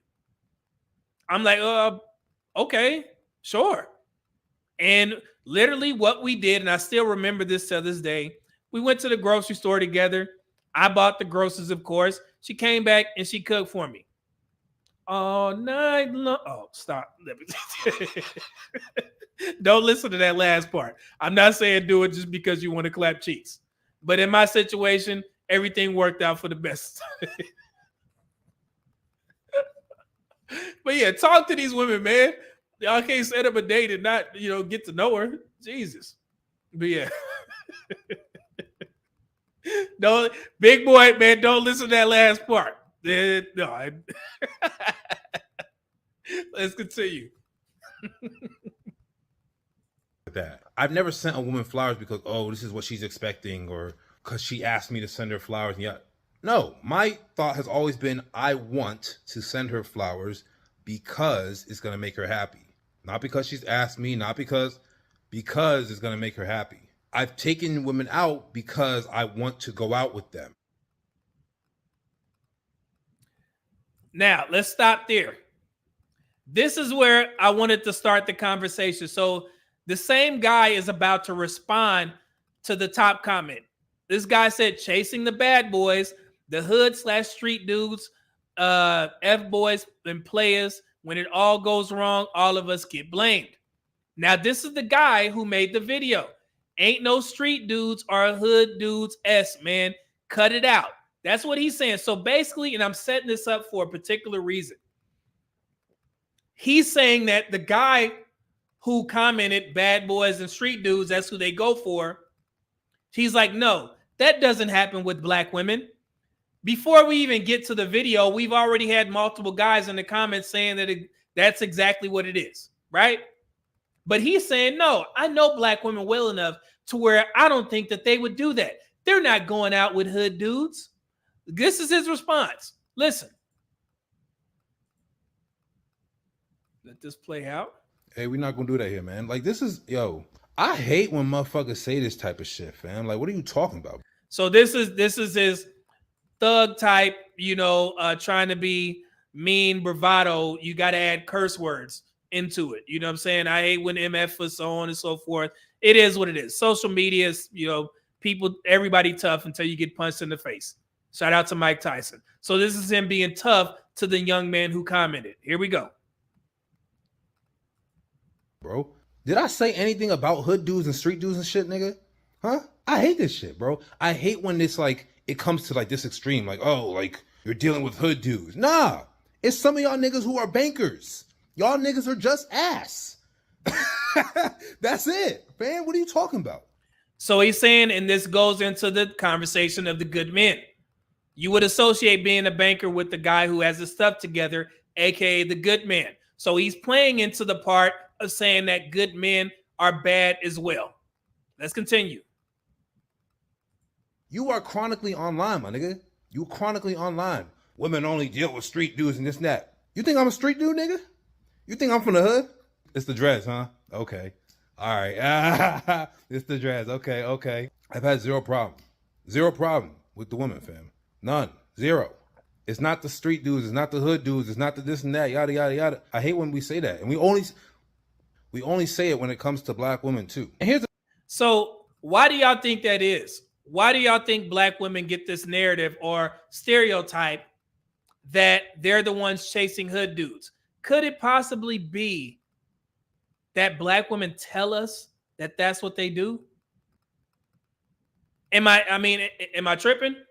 And this is even if there's black women in the comment section, they will tell you that that's who they chose. Or they went through a phase where they thought those men were the guys that they liked. I've done videos on this. So for this dude to sit there and say that this don't happen and all of the bad experiences that these women are having are from the quote unquote good men, it's absurd. And like I said, this is not me saying it. Black women tell you this. So it's not a stereotype. Let's continue. And to be, I don't want this to seem like I'm trying to drag black women. If black women are in the comments, speak up. If I'm lying, tell me I'm lying. And that's all.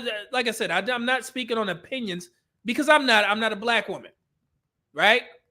But Black women can speak to this. If I'm lying, tell me.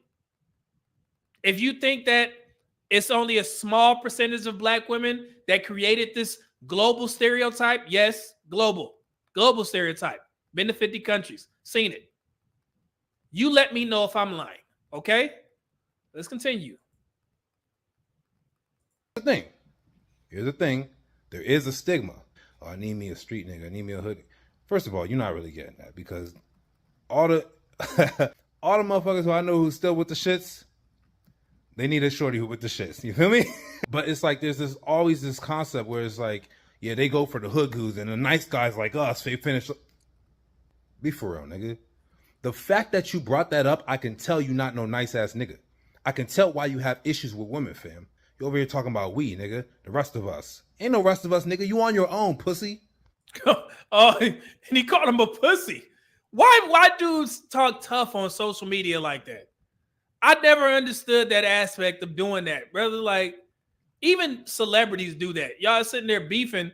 That's the funniest thing. You get guys like this talking reckless to a guy that you never met, but then you get celebrity dudes, black men in particular, rappers and shit. Y'all talk so much mess about each other, but now all of a sudden your planes don't work. Your private planes don't work. Y'all can't meet up. Y'all living in the same state, but when y'all have beef, y'all bring it to social media. Why y'all can't meet up? Y'all flying international, you got all this money. It'll be simple. Y'all meet up in the box arenas or boxing ring or something, right? That's why I'm saying it's pointless to be sitting there trying to act tough on social media. Who are you scaring, bro? You don't know that, man. And you gonna get your awakening up here in a second. Here we go. It's some of y'all niggas who are bankers. Y'all niggas are just ass. And of course, our sisters, they got to jump into it and let their 2 cents be heard, because when somebody is talking about black men, oh, they got to get a piece of that action. Here she go. Listen to her. Please put me in the game, coach. As someone who has dated nice guys and hood dudes. Oh, wait. What'd she just say? Ass. Please put me in the game, coach. As someone who has dated nice guys and hood dudes.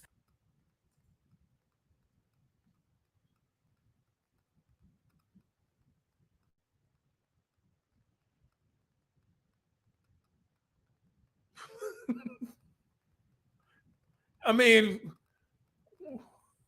well, I don't know what to do with my hands. I mean, I don't know what to say. She just said it. So my question to that is, how do street dudes know they're street dudes? How do they even get a shot? How does that happen? How are they in your dating pool?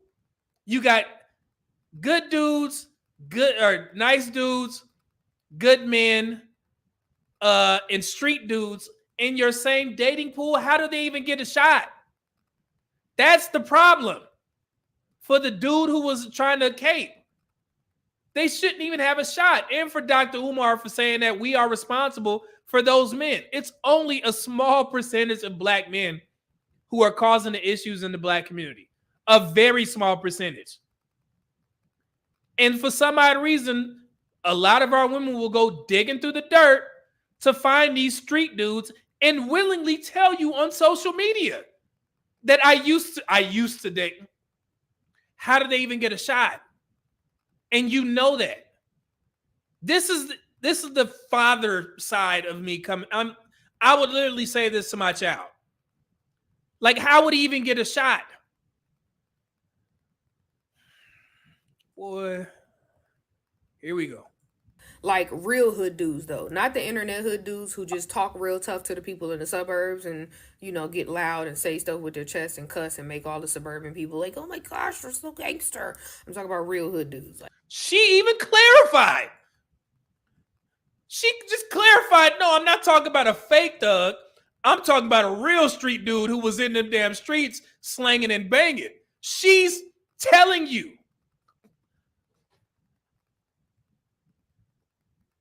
she made a clear distinction. That's what was funny about it. Like, lady, you didn't have to double down. Like, this is embarrassing. Oh, my Lord, my Lord. My. Let's go. Like maybe they had to stand before a judge a time or two, right? I've dated both. And I am going to say with my chest and be frank when I say most of you nice guys are fucking jerks. That's nothing. No, y'all love to tell the world it's just that she wants somebody who gonna rough her up. She don't want somebody who gonna treat her right. Y'all don't treat women right. Baby, She said y'all don't treat women right. So this is her responding to the first video. And of course, he turned out them comments on the first video. This is her responding to a comment that said, what you're describing by definition a narcissist. Street guys, greater than nice guys, you probably need to broaden your horizons, but you know what you want already, them conjugal visitation rights. So I didn't play the whole portion of the first video, but she's going to mention something that she said in the first video. And this is key. Pay attention. the way I knew one of the nice guys was going to sprint to my comment sections, triggered. What? You're describing by definition a narcissist. Street guys better than nice guys. You probably need to broaden your horizons, but you know what you want already? Them conjugal visitation rights. All I said about street guys were they're more chivalrous. I said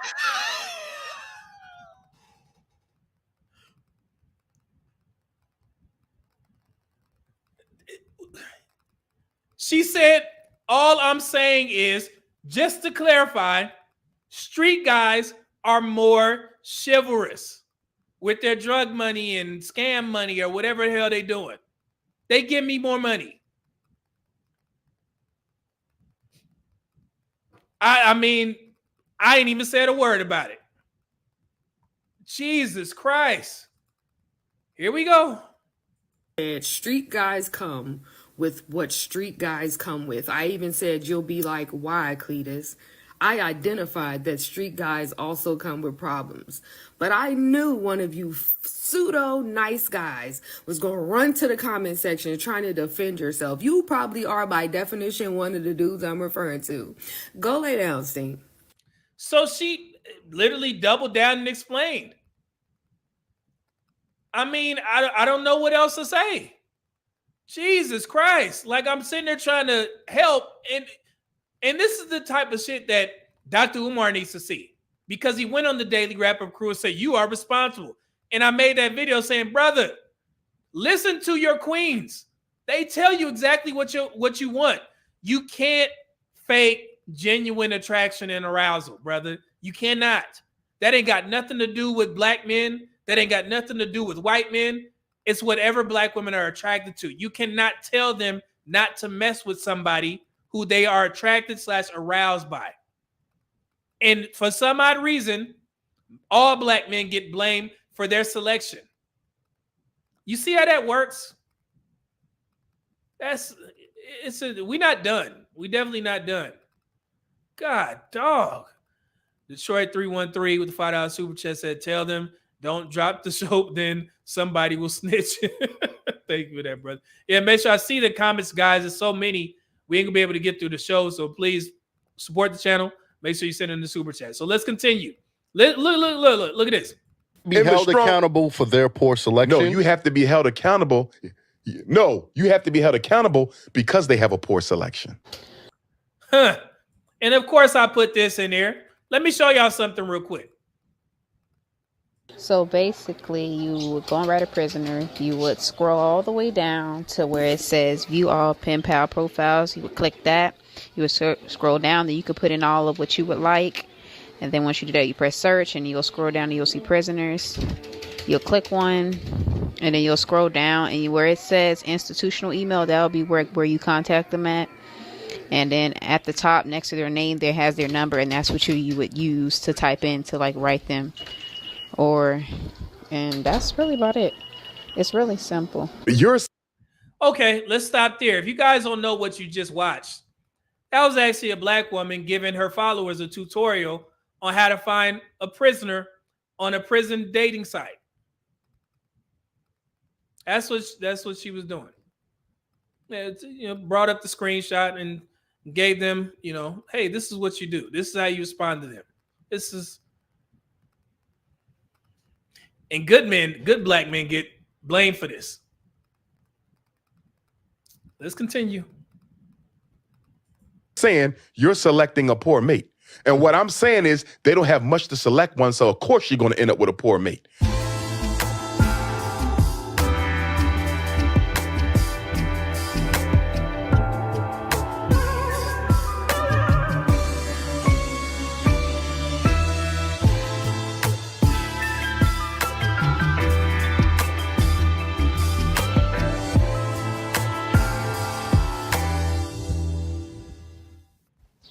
Let's stop there. Now, that second video that you guys just watched is a young black woman getting pregnant through the mail by a prisoner. Young black woman.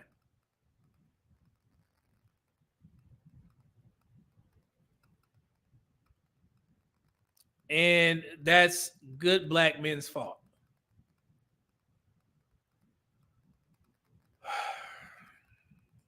Let's continue. This is the shit I'm talking about, and it ain't even her. It's the people in the comments. I saw comments in there talking about this is my sign. No, it's not. Stop having babies out of your selfish wants. Why would you knowingly traumatize a child by having a child with a man that's actively incarcerated? If she's picking Pookie and Ray Ray instead of you're making her a scapegoat. No, she's picking a scapegoat. Why is there even a Pookie in the selection? If we never allow Pookie to develop, she would not have a Pookie. Let's stop right there. This is where Dr. Umar gets a lot of things wrong. He swears that no other group or race of people have their dregs of their society. Of course, we have Pookies and Ray Rays. Everybody has their version of Pookies and Ray Rays. But for some odd reason, on a global scale that's parroted and echoed by the black community, is that all black men get judged based off of that small-ass minority of black men causing issues. Men over here, we're smart enough to understand we have to separate ourselves from them brothers. Even Dr. Umar himself said that when he, hey, some of these men got to get put to sleep for good. You remember that? You remember that? So now all of a sudden, it's our fault that those men exist. And black men are the only group of men that get judged solely off of the men who commit the crimes in our community. And that's where guys like me step in. That's why I'm here, to protect the black male ethnic image and to show the black community the truth. Do y'all understand now? Let me get to some of these super chats. This is insane, man. He need to see this type of stuff. Train to Live, 499 super chat said too many people dating standards are like doing the limbo. How low can you go? It's funny. Eddie Y with the 499 super chat said keep cooking, media man. Appreciate that, brother. Thank y'all. Let's see here. Here we go. But I'm not done. I'm driving home this point for that young man who tried to get tough with the guy in the comment section. Hey, you remember that? For good.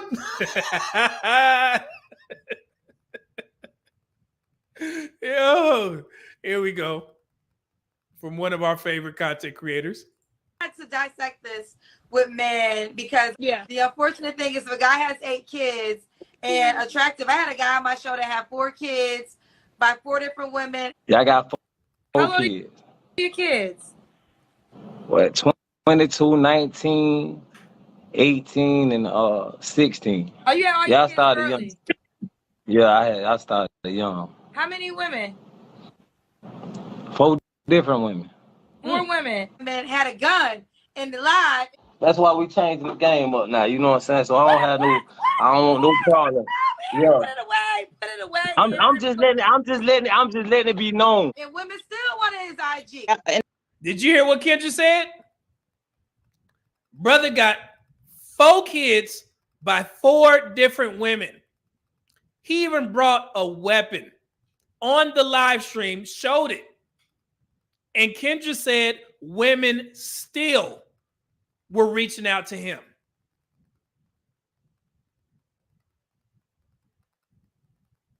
But it's good black men's fault, right?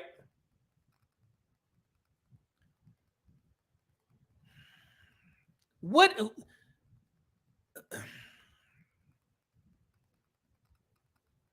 Man, I'm trying to. Sometimes I do get kind of lost for words, man, because I'm like, if you know that a guy has those many kids, why would you sign up to even deal with this guy? And fast forward to present day, Kendra G had this story from this woman. Here we go. They're getting pregnant with twins, and Wait, okay, I totally missed this. Wait, so when did you meet him in prison? In 2008, I met him in 2018. Okay, yeah, you met. He was in prison. Mm-hmm. So you guys started dating while? Did you know him before you went to prison? No, I was on a dating site. I was like on a. You hear what she said? She was on a dating site for prisoners, just like the one I just showed you guys, right? This woman, 49 years old. She's not done. Listen to what she has to say. Hold on. Dating site, actually. There's a prison dating site? Yeah, but his sister was running his page, because they're not allowed to do that in prison. You can't like do dating sites or anything like that. So I thought I was talking to him at first, but then she said, well, I'm his sister. I'm running his page right now. He's this and this and that. I can hook you guys up. And then she told me like where he was at and everything. And then he put money on his books and stuff. And then we would communicate like that. So we communicate like that for like over a year. Because he was at a work release center, actually. So he's been in prison for 25 years. So he was at a work release center. So he had a little bit more freedom in a work release center than an actual prison, because that's like the last step, a work release center. And then after that, you get released. When he got out, we got married. My family wasn't happy about it. Don't listen. Family tried to tell her dumbass, and she didn't listen. Here we go. Somebody in prison. I don't blame him, because I wouldn't think I was going to marry somebody right out of prison. He went there when he was like 17. So when did y'all get married? Because that's what I think I got confused. Okay, we got married October. He got out of prison August 2020. We got married October 2020. Did you hear? Dude got out of prison in August, and they got married in October to a prisoner. Listen. Okay. Mm-hmm. So and then you got pregnant with twins. Mm-hmm. Because your children are 2 years old. Yeah. Yep. They're 2. Yeah. And you got divorced 3 weeks ago. Yeah. I should have gotten divorced a long time ago. But if you have kids, you have to wait automatically 6 months. You know what I'm saying? I have 4 kids before my twins. I have a 27-year-old son. I got a 24-year-old son, and I got a 18, 19. She just turned 19. Okay, I never even got there. How many kids do you have, Veronica? I have 6. This woman got 6 kids. 6. She only been married once to the prisoner. Let's continue. You have 6 kids? Mm-hmm. How old? You're 49? Yeah, I'll be 40. I'll be 49. I'm 48. I'll be 49 in November. How many kids do you? Okay, you 6 kids. How old are your kids? My son is 27. 27. And my other son, he's 24. And then my 2 daughters, 19 and 18. And then my 2-year-old. So she has 2 2-year-old twins, and she's about to be 49. 2-year-old twins came from the prisoner who had just got out. Now she divorced. I think it was maybe 2 or 3 weeks ago. And that's supposed to be black men's fault? The good black men's fault? They go into the prison and selecting them. It's just insane. But we're not done. I'm just driving on the point just in case that brother sees this video, because I want him to see this. And he got a wake-up call. Curtis LaRose, 99 Super Chat. Thank you, brother. He says, you doing God work. Keep up the great work. Thank you, brother. And good to see you back here, man. How's everything? How's the fam? 6 kids total. 2 2-year-old twins. Lord have mercy. My goodness. But we're not done. Let me show you something. You know that same guy that went to bat for black women and got mad at the guy who commented that black women go for Pookies and Ray Rays? Let me show you how black women showed their ass in this comment section. Let's pull this up. This is from his comment section. This is, she tried to mask herself as like putting some cartoon in there. This is a black woman. She says, because they want to date black men, and that's what black men don't do. So essentially, she's saying that black men don't take black women out on dates. Okay? In his comment section, he says, that's incorrect. If you literally just listen to what I said. Somebody said, we just don't spend on money on stink vagina girls like you smelling like, okay? That's wild. And then this guy says, we do. Some of us just be scared of looking stupid, spending money on a bop. That's funny. And some females don't even know they bops. Oh, Lord. Bops, that's a funny word. But hold on, we're not done. Look, this black woman says, because most black men don't know how to properly court a woman. Remember I asked that question in the comments or in the community post? Courting or dating? I thought courting was associated to a woman who was a virgin and you had plans on getting married and you go through the family. What's the difference between courting and dating these days? Can you court a woman? How many virgins we got out there? Especially 35 and up. Okay, that's a whole other conversation, but let's continue. Said, wait, okay. And unfortunately, most black women only want a black man. Unfortunately. So here we are. And the raising of standards you speak of would mean that we, and she didn't finish, but this is under his comments. He says, I don't think that's true though. I don't like framing things as most black men or most black women without empirical evidence. Personally, this woman, you know it's a woman, she said, it's weird that black women are telling you in your comments what the issue is, and you are telling them they are wrong. It's weirdo behavior. Now they're shifting the tide, and they're pissed off at him because he's trying to fight back in his own comment section. Here we go. And this is the first comment. Hold on, we're not done. This is the one, this was the kicker. Here we go. This woman says, players, at least the ones I've dated, are ladies' mans. They know how to treat women. That's why we like them. So she's going to bat for the hood dudes. And she also said, my favorite treated me like a princess for years. Took me to so many lovely places and dates that the average man couldn't. Now this brother, the guy who made the video, said, why aren't you with him anymore if you were treated like a princess? She responded by saying, some men are for fun, not forever. And when you're a beautiful woman, princess treatment is normal and regular, so no need to hold on to every man. Now, do y'all understand what the F I be saying?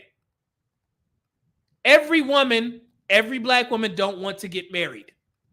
And I told you, at least 3 out of 4 of them don't.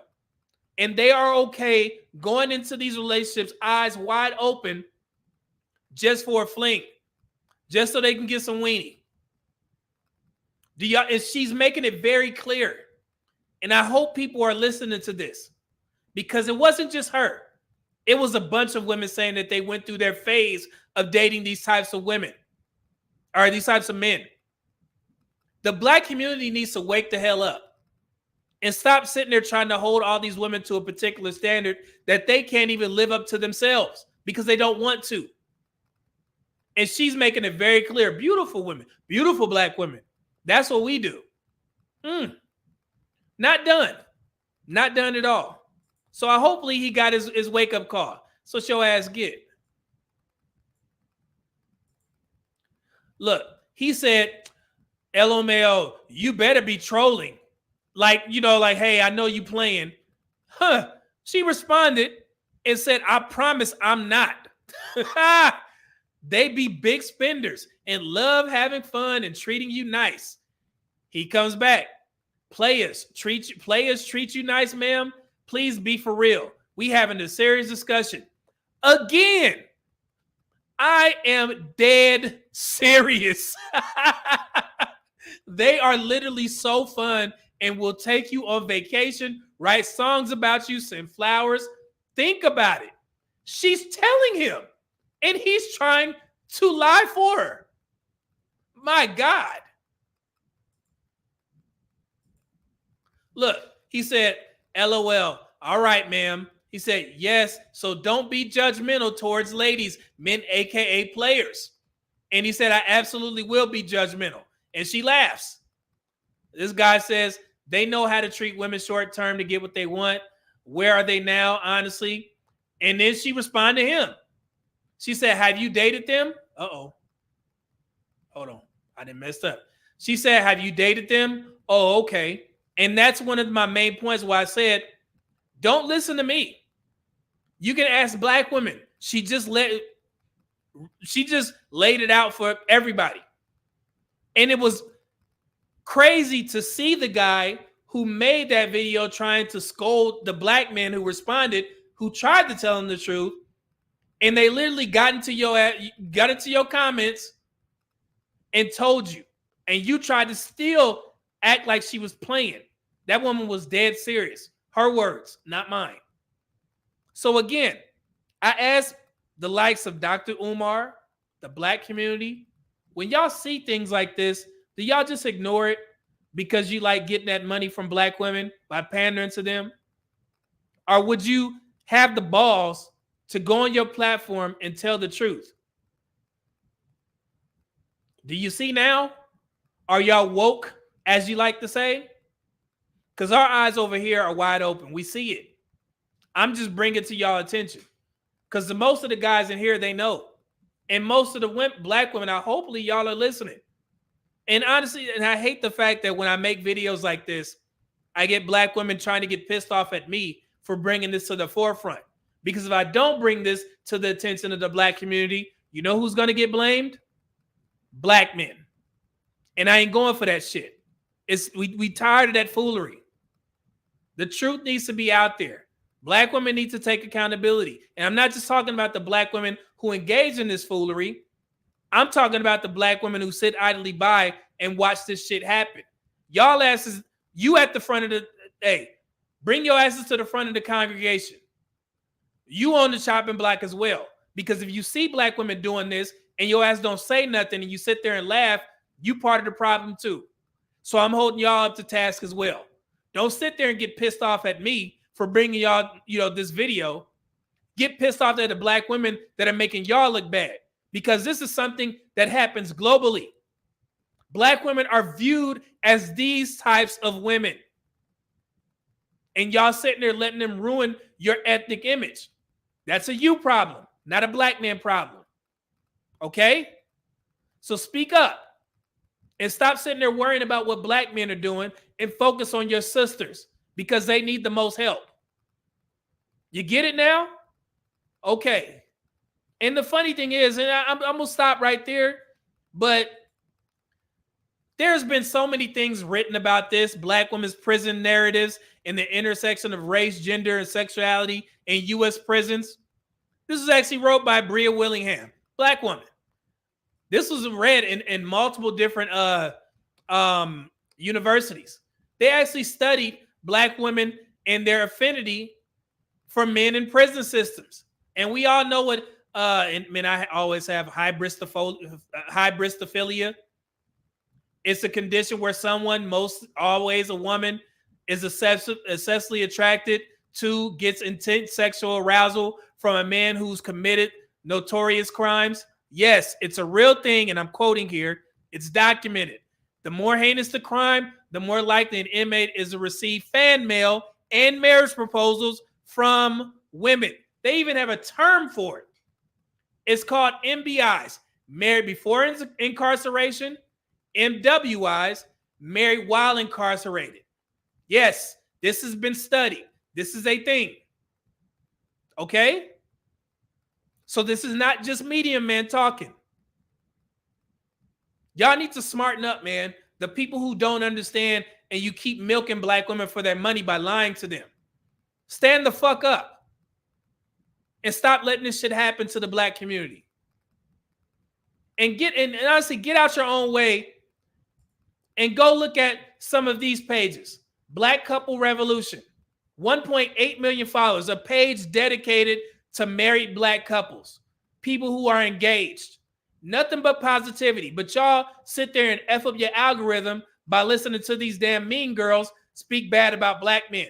And they ain't going on dates. Do you think these people that are on these pages are married? They ain't never been on dates?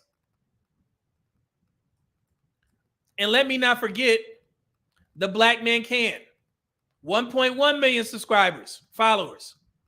Why aren't people following them?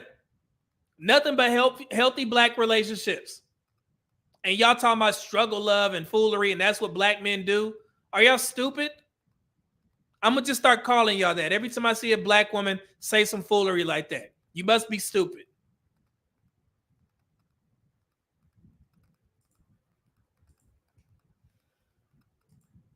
And man, I'm passionate about this shit because it pisses me off. Y'all,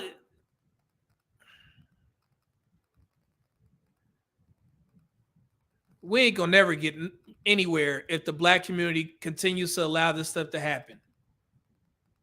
And on one side, I feel bad for black women, but on the other side, I'm like, brother, you can't control what they do. They could tell you they tell you that every day. Even when you come in to these conversations in a good faith and you trying to hold up the mirror and be like, hey, you guys control this.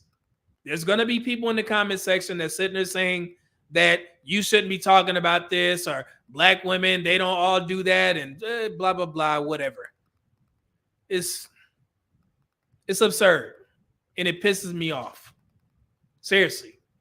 So I'm going to take a quick break here, and we're going to get into this good man, nice guy narrative. And I got some videos for you guys, but until then, give me a couple minutes, and I'm going to leave you with Marquise Murray's music. And I'm going to get to the super chats as soon as I get back. I see you guys. I haven't forgot. I got you. But that conversation, it just pissed me off. But here we go.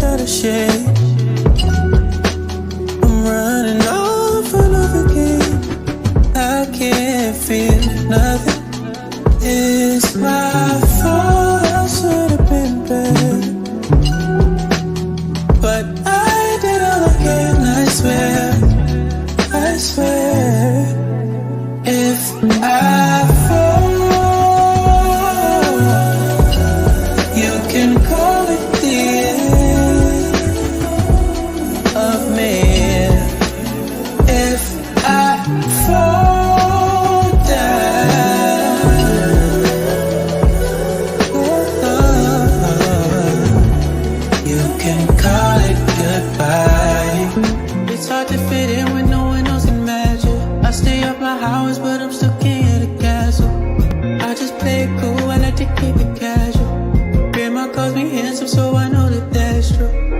hard to stay humble when they put you at the front of it all. Gotta learn to hold your tongue, that's why I always mumble when I talk. It's not my fault, I look good when I do what I do. All right, Marquise Murray, that guy is cold. Man, so let me get to these super chats real quick. I know I missed a couple of them, maybe a bunch. Let me see if I can guess right. Hold on, guys. Okay. Sorry, from Eric Alexander. Let's see here. 999 super chat. What's going on, brother? He said, the same woman who was talking about not having a classical dating experience is the same one who pushed for the child deletion of black baby boys. Wow, I didn't know that. Lord. Andre Golden, DFG, the 199 super chat. What's going on, brother? Welcome back. Said Pookie makes money. Ray Ray has a corporate job, corporal rate job. International Quiet Storm. $5 super chat said chicks stay pregnant. How you saying men ain't ish, but you steady say proud. Brandon Jamal. Yeah, man, it's funny. Detroit 313, $5 super chat said tell them don't drop the soul. Okay, I got that. You a wild boy. Let's see here. Let's see it. Train to Live with the $4.99 super chat said the need for love and affection is a hell of a drug, man. I was going to bring up my book, but it absolutely is. Dante Bryan with the $5 super chat said yes, in order to be courted, you have to be a virgin. Thank you. I'm glad you let me know. Because I asked that question in the community post. Let's see here. Eric Alexander said, $4.99 super chat said they strangled that man with his own cape under his own post. He learned quick. Yeah, they was cooking it ass. Mr. Donnie Mac, he thought he was gonna be on their side. You thought you had a friend. Mr. Donnie Mac, $5 super chat. He says it's not about love, it's about leverage. It's about intentionally dating and mating, procreating with compromised men to keep an advantage. Good point. You get that?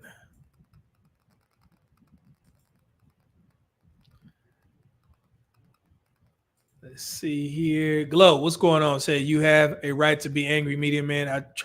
I be tired of this BS too. Yeah, man. And because I just see like, man, it's the most of the problems, and I know Mona is on TikTok as well, but I would say about 99% of the problems that these women have, they can be easily solved before it even starts, before the situation even starts. If you would just sit there and listen to a man that you respect and run these scenarios or situations through them. Because sometimes when you ask other women, they'll respond in a way that they would react. And it goes to the point of, you know how, I'm gonna give you a perfect example of this. When you see an attractive woman taking a picture with like a celebrity, a rapper, or athlete, in the comments, you'll see every woman saying that, yeah, they had sex, or yeah, they snuck in, or whatever. And it's not, and none of that could be true. But what they're doing is projecting what they would do if they were in her situation.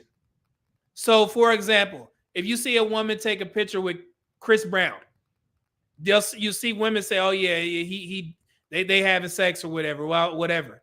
That woman could just be simply taking a picture, but other women will look at that like, "Man, if I was in position, that's what I would do," and they try and shame her for being with Chris Brown in this example because they're projecting what they would do.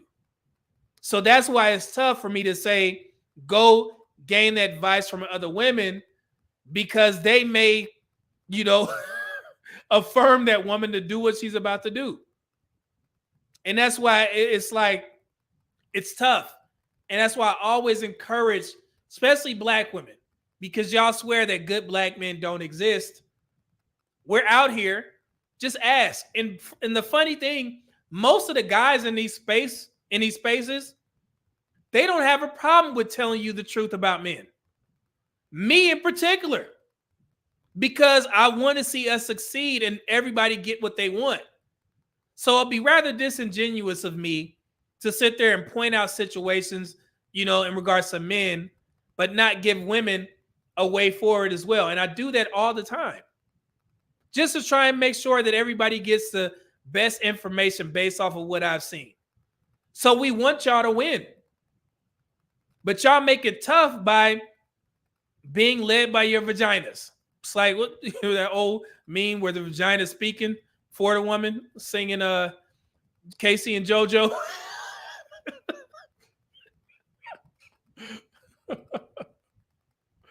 My goodness.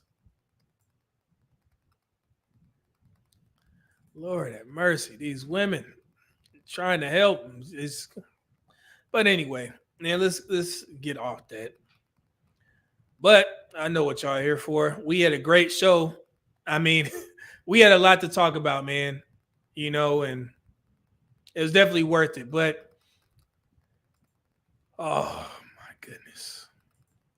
All right, women. But we always have this conversation of what is a good man. So I know this is a subjective opinion, or my interpretation of what a good man is. So I'm not saying that what I'm saying is the gospel. I'm just giving my opinion on the conversation of what is a good man.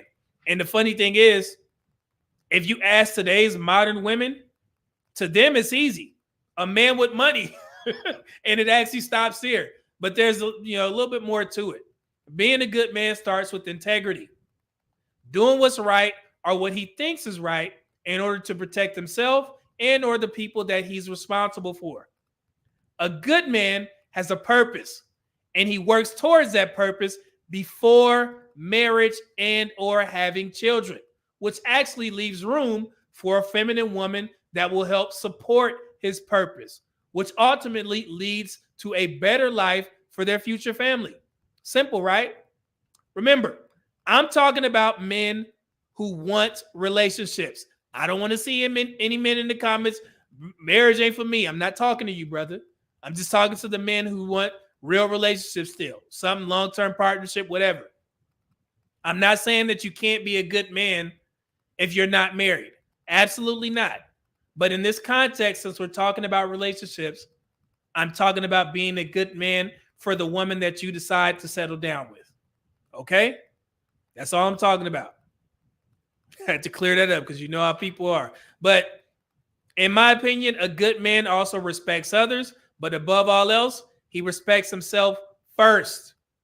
A good man makes a woman feel safe, and his protection is not withheld until marriage, like women like to say about cooking and cleaning. No. The first time you go out on a date with that man, he has your best interest at heart. And he want to make sure that you get home safe. But the funny thing is, and from what I've noticed, there's less incentive for a good man to keep one of these women around if he already has his stuff together. And that's why women say that these men are the worst, because they aren't easily manipulated. They aren't easily manipulated by her minimal contributions within his life. And I'm going to give y'all a perfect example.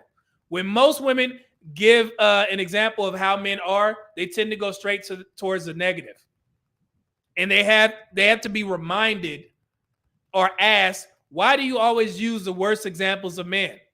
And that's because women, mainly black women, choose men based off looks and what they perceive as masculinity, which is the Pookies and Ray Rays. And that's where you get the hood dude attraction that runs rampant in the black community. You guys just seen it in the videos that I just played.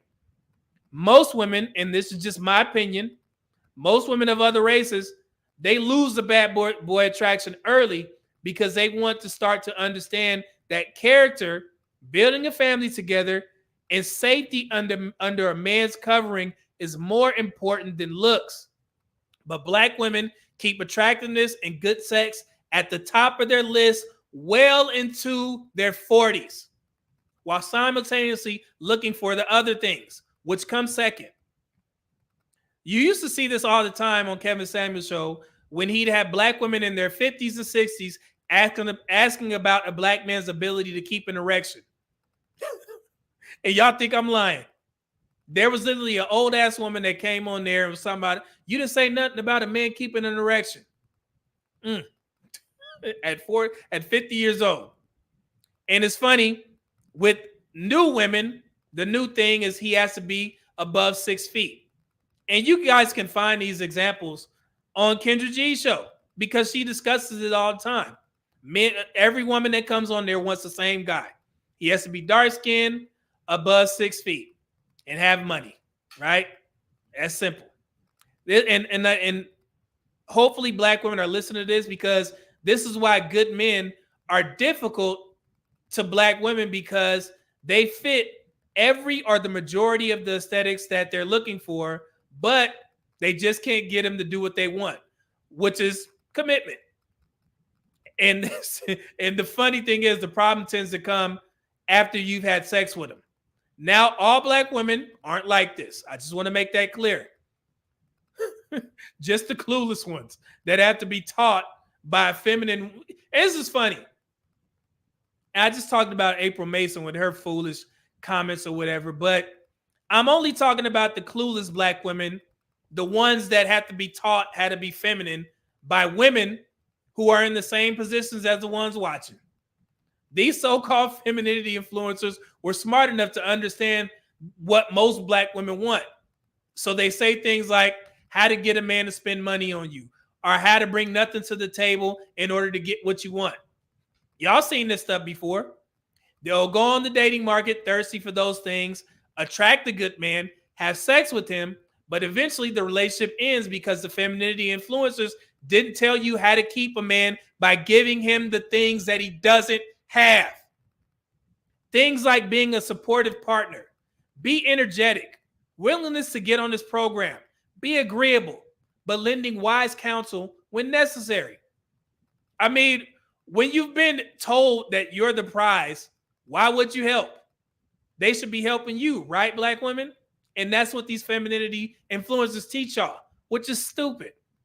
This is why good black men get a bad rap amongst women, because black women treat good black men the same way they treat Pookie and Ray Ray on the block. Most black women view every black man as an equal or beneath them. So instead of giving good men the respect for their accomplishments and what they'd already achieved, these men are expected to prove themselves through a subjective lens, of course. And then respect isn't even a given. And y'all seen this multiple times. I get talked to crazy. I'm sitting over with 4 advanced degrees. Spent 20 years in the military doing very well for myself. And they still talk to me like I don't know nothing. On social media, of course, not in public, only on social media. It's funny. And like I said, this is why good men, good black men despise being called a real man. Because if a black woman labels you as such, then that means you've probably compromised your own interests or morals in order to gain favor with a selfish, ungrateful woman. And I'm going to tell y'all exactly what I'm going to show y'all exactly what the hell I'm talking about. Selfish and ungrateful women will call you a real man. And if that happens, you better evaluate what the hell you did. Listen to this. General have this thing of humbling women.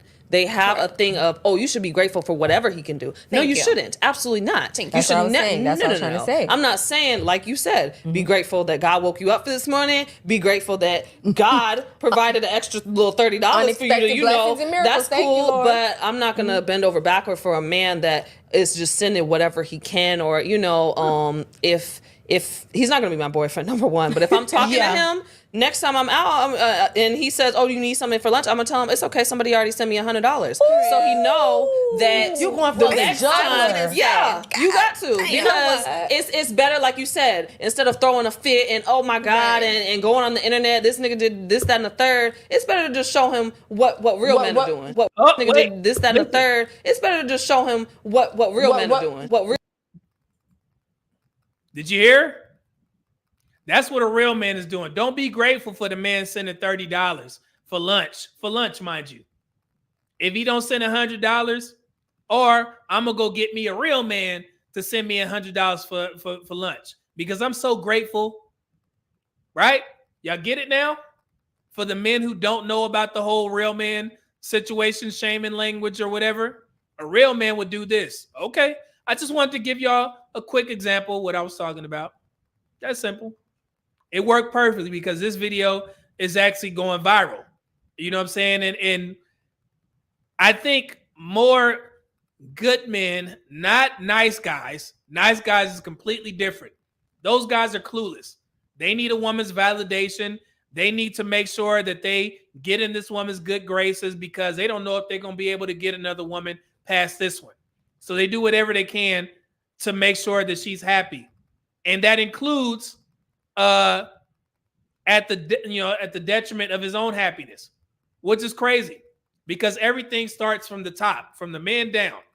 And shout out to Patrice O'Neal, who actually explained this very well before he passed. He said he called it the trickle down theory. It's like, man, when I'm happy, everybody happy, right? So I think a lot of men who consider themselves nice guys, you need to understand that you need to start being a good man and start using that old trickle down theory. Okay? If y'all, because like I said, I hate to see guys running with that. But that's one of the, me even saying that the happiness starts from the man, that puts good men in the villain category because good men will always be labeled as the villain. Because instead of giving these men the respect that they already earned, women label these types of men toxic because they're not easily manipulated. And that's one thing that I need good men to understand. You will never be the hero in any woman's story unless it ends up in marriage. So every relationship that you have with the woman and it doesn't end the way that she wants, trust and believe you're going to be told on in her friend circle that you did this, this, and this wrong. And at that point, you need to be okay with it because your story will never be heard. And I want y'all to understand that. And while we're on the topic, this is the funny reason that good black men see a lot of black women saying that they're going to join the divester movement, right? Because black women's idea of a white man is that they're literally subservient to their women. And they get this notion based off how black people portray white men in movies or comedy skits. And I'm going to show y'all an example of how black women view white men. And I hope white men are listening so y'all can understand. With me, Todd? Yes, I would like that very much. Let me go back. Do you want to have sex with me, Todd? Yes, I would like that very much. Do you want to take off your pajama bottoms? I feel more comfortable if I just pulled my penis to its hole.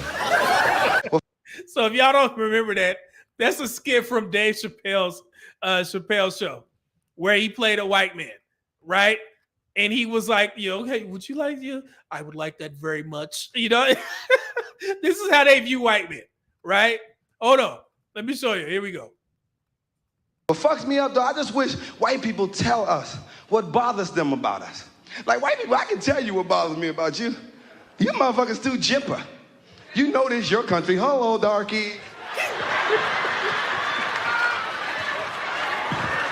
Move, darky. And go tell on you and shit. Them some telling motherfuckers, ain't it?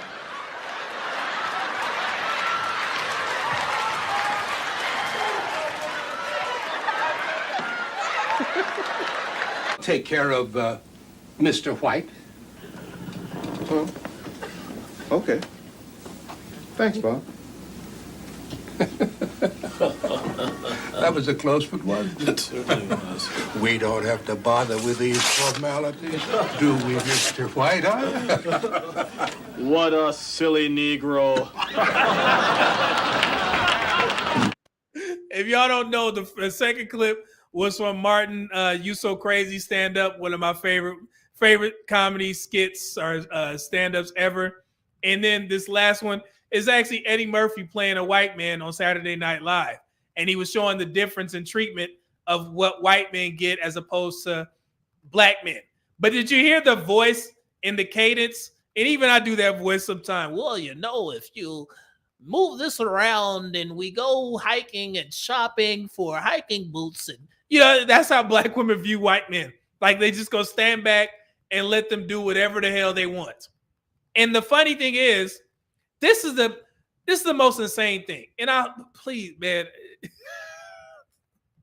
I hope black women are watching this, because the way that black women describe white men on the dating market is straight out of a Disney movie.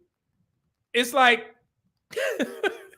what good black men with standards won't accept, they think a white man will. And I'm going to show you exactly what the hell I'm talking about. Let's watch this video real quick. And I've shared this before. Are currently winning. Hear me out. Let me go back. Listen to her. Black woman. White men are currently winning. Hear me out. Now, they haven't won. They're just in the lead. I can text a black man right now and he'll tell me to pull up. Yeah. Text a white man right now and he'll tell me, where do you want to go? Where do you want to meet? We can meet there. Whatever you want to do. They swear that white men, be nice. Be nice. This plus size black woman, see what I did there? This plus size black woman swear that white men gonna bend over backwards, saying that, hey, I could text him whatever. He gonna like, what do you want to do? You see her voice? You listen to her voice? It's like, Jesus Christ, white men fight back. Like, they swear that y'all just accept anything. Jesus. Here we go. Now, I'm only speaking from my experience and my current selection of stinks. You know what I'm saying?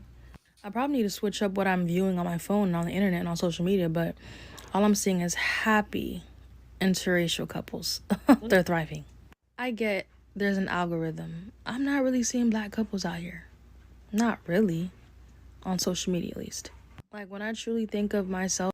She says she don't see healthy black couples. I just shared 2 sites for y'all, but she don't see that because her algorithm, I guess. Here we go. Being happy with someone right now, I think of, it has to be a white man. It just has to be. Because my past experiences with black men, whoo, Hey, it is what it is, currently. If you watch my recent This is her responding. Here we go. video, I said that white men are winning. Now, they haven't won, but they're currently in the lead. All right. I just want to make it clear, I love black men. Damn, I can't even say that honestly. Ooh. She said, I just want to be clear. I love black men. And then she, redacted her statement and said, ooh, I can't even say that with a straight face. So you know where this young woman stands, right? She's not married. She's just getting ran through by black men and white men. It is what it is. But here we go. I just want to make it clear that I love all men. That sounds hoish. I don't have a type. Oof. I have a type. A good person. Yeah, that's my type. And honestly, a good person could be a black man or a white man. But the last time I went out, a group of black men walked by and my heel got caught in a crack. They're not obligated to care, but they laughed at me. I know y'all probably can't hear as much, but this is her example that she provided, a scenario. She was walking down the street, her heel got caught in a crack, and she tripped. She said the black men that saw it, they laughed at her. So black men, all of us are responsible for their laughter. And that's where she judges them off of. But listen to what the white man did. Hold on, here we go. That same night, I was waiting in line at a hot dog stand. She was waiting in line at a hot dog stand. How ironic. God forgive me for that. Here we go. A white man sparked a conversation with me, ended up buying my... See? And that's why I be saying, like, white men. Where are all these white men that are just buying all these black women meals and just doing whatever the hell they want? Where are y'all at? I never see them with any of these guys that they describe. Do they exist? Do white men just see, plus size black women walking down the street and buying them lunch and dinner? Is that the standard? Here we go. Sit down and talked and laughed the whole night. The proof is in the pudding. White pudding. That was funny. I ain't gonna lie. I laughed at that last part. She said, the proof is in the pudding. The white pudding. That was good. That was good. But hold on. I know y'all, I got one of my favorite content creators. Let me know if y'all seen him before. I'm gonna let him speak for white men. You're telling me I should feel bad if I don't find this attractive.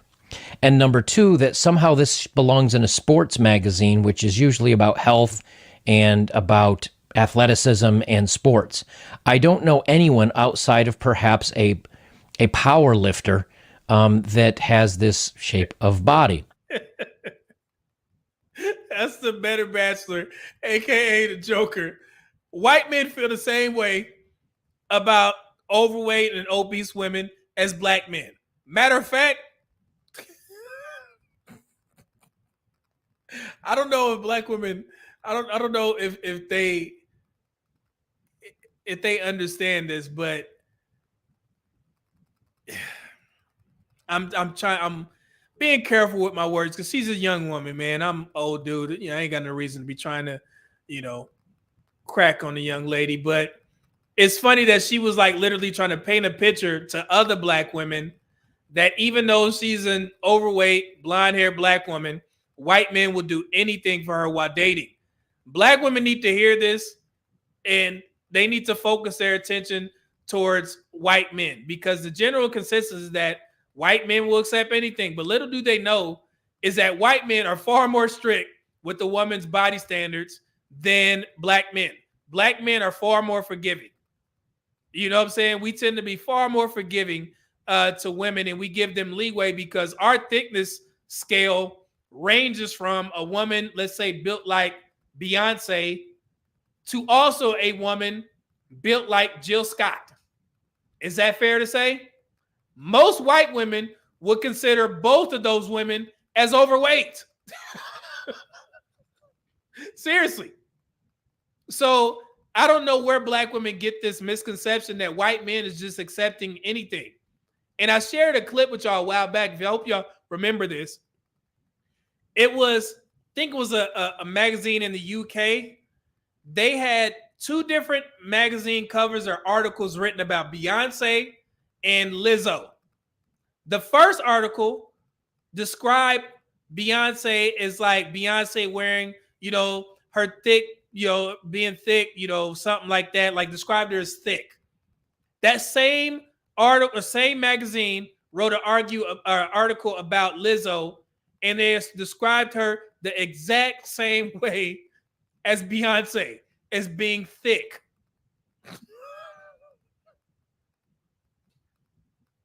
So, yes, it just goes to show you that black men's scale for thickness is vast. White men's, not so much. And I don't know where black women, the ones who want to divest, get this misconception.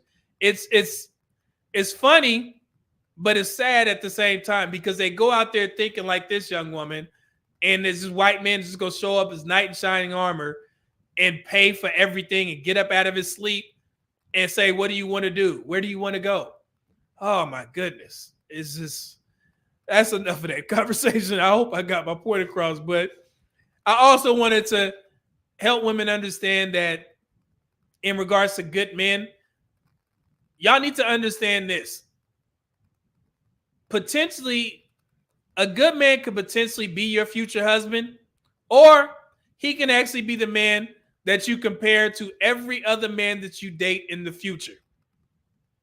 And if you don't understand what I mean, you're going to describe that good man as being toxic or whatever, what I'm saying, experience you had with this good man. It actually, honestly, it depends on you as the woman, because the way that you show up in a good man's life is exactly how he's going to treat you. And I'm trying to be as clear as possible. Oh man, it is funny, and I'm trying to explain this to women so they can get it, but sometimes they don't, because with a good man, everything he does for a woman is an investment that goes towards his personal happiness, to include you actually being his potential wife. Whereas a nice guy, they do things for immediate gratification. A nice guy believes that if I give a woman money, then she'll reward me with sex. These are the men who send women $200 via Cash App, because they base real world relationships off the women they hear talking on social media. A good man understands that if a good woman is about to drive to his house or chill for the first time, he's not expecting sex, and nor will he push, the envelope to make it happen. But what he will do is make sure that she gets there safe. Sometimes these types of guys, they will send $40 Cash App just for gas. You know what I'm saying? Because every woman likes free money. And sending two $20 bills is the easy way to show her that you appreciate her coming over. Uh-oh, I'm getting a call. Cool. How's that showing up? All right. I don't know why that happened, but it's funny. People call that simping, but a good man, and I'm speaking from my experience, we know that if you send a woman $40 for gas, it simply just signals to her that you're somewhat of a generous man. And even though it only costs $40 to do so, women like those types of gestures. Good women. And like I said, the woman already coming over your house. So I don't want men to be in the comments and get this misconstrued that you just send a woman $40 just because, when she ain't earned it. But if she coming over your house, like, that's just something that you could do if you got it like that. It's only $40, right? Y'all bought things for more and you didn't need it. But a good man also knows that investing in his happiness is a process that needs to be curated from the day that you meet a good woman. And that $40 is nothing compared to how nasty a woman can get when she understands that you're a provider, even if the gesture is small. And when I say nasty, men who are good with women, you know what the hell I'm talking about. When you're arousing to a woman and she actually likes you, she's going to have to lie to every new man that she dates. When he asks her, have you ever did this? She's going to have to lie and say, no, I've never did that before. When you know damn well that she did everything with that good man, if she happened to lose him. And I'm not even going to get crass. Every man who is a good man understands exactly what the F I'm talking about. When women get comfortable, oh.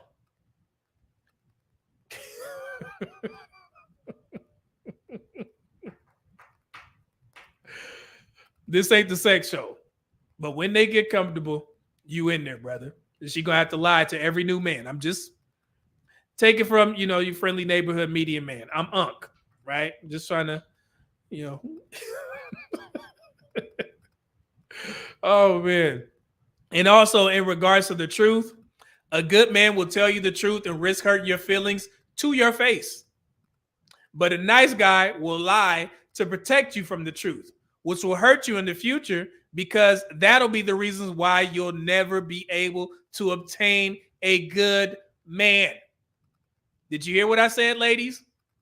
The more that you have men lie to you, the tougher it will be for you to even land a good man, because you're so used to not hearing the truth that when you do hear it, that good man is probably going to get the Kevin Samuels treatment. I don't like his tone. He didn't have to say it like that, because you ain't used to a man talking to you or telling you the actual truth. Even though women that get on these podcasts and say that they want men to tell the truth, most women don't like it. And you know what's funny? Most men know that. Most good men know that. But when you do get one that's trying to vet you for marriage and he's smart enough to tell you the truth, because you're going to have to get used to it if you become his potential wife, don't be turned off. Listen, especially if it is in fact the truth. Ladies, goodness gracious. Because one thing women don't understand is that good men, they are typically nice to you. But what gets misconstrued is that people think good men are nice to everybody. No, they are protective. They know when shit is foolery, and they will make sure that they draw a distinct line between how they treat you and how they treat other people. Okay? So I want women to understand that. There's no correlation between a good man being a pushover. Nice guys are. Nice guys are the guys that will handle a woman. You know what I'm saying? Women say, I like to be handled. Nice guy will handle your ass until he ends up in handcuffs. Or you call him a bitch in public or private. And then you're going to get pissed off at him for not fighting for your honor because of some shit that you actually started at a club or something. Yeah, we know. We see it all the time. A good man will understand that you like to be handled, but he'll have sex with you first, and then he'll leave you. And the best part about a good man is that he'll tell you why he's leaving you, because you like to be handled, and then he'll leave you. And it doesn't matter how long you're into the relationship. And I know women are watching this like, they're saying, well, who said we was going to have sex before you find out that I'm crazy? Because the most of you are stupid. You're stupid in the sense that you associate a good man as being a man with disposable income. And since most of you think that these men don't exist, when you find one, you tend to think twice before showing him who you really are. Most women love social media. So when you get your femininity advice from women who are just as crazy as you, but they were actually smart enough to create that platform and regurgitate femininity advice, repackage it, and call it soft life, we know. But that shit will only get you so far until your true self forces its way out. And your true self always comes out because it typically happens around the first time a good man tells you no. And then when the texting start to get less frequent, no expensive dinners, and couple that with him being too busy to have you come over, which is something you're probably used to at this point, right? You know how it go. And now you're thinking, he stopped applying pressure, so I'm going to leave, which was his plan from the beginning. But all is not lost. You leave with pictures of rice and teriyaki from Nobu because everything else on the menu looked nasty or sounded nasty with your uncultured ass. You're not well traveled and your palate sucks. So the only thing that you can stomach is chicken tenders or something like it. You know what I'm saying? But you gonna leave that good man relationship with pictures of you laying in his bed, living the temporary soft life, right?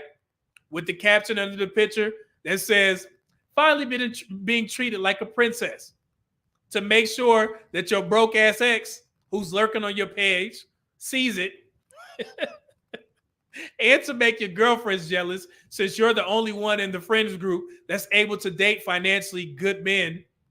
He leaves with a piece of pussy in his pocket, no diseases, no kids, and it's on to the next one that doesn't need to be fucking handled.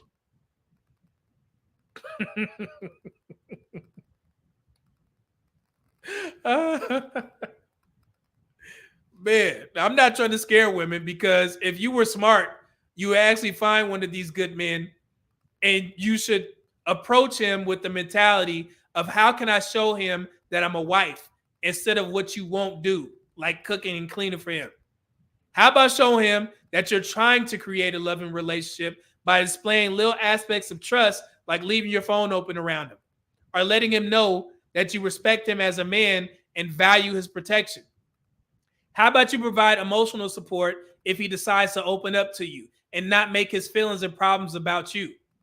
Share simple responsibilities such as doing the dishes after he cooks, and insist that you do it, because most good men, we like to keep things surface level until you're persistent about helping him. And lastly, and the one that's most important and was the most important to me, is that you need to be better than his alone time. out of the small amount of time that y'all both spend together throughout the week, make sure that you don't use that time making him regret that he invited you over. And this has nothing to do with sex and everything to do with when there's nothing to do, right? Has nothing to do with sex, ladies. I want to make that clear.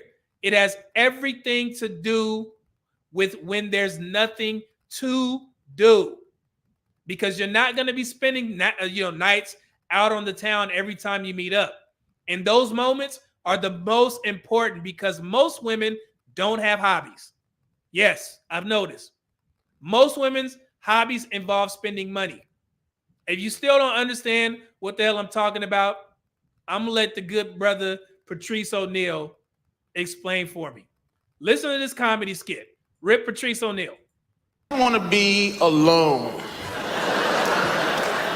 but we don't want to be by ourselves. Does that make sense at all? Meaning, really, look at this guy looking at his wife like, not you, sweetie, but sort of you, kinda. We want you somewhere, like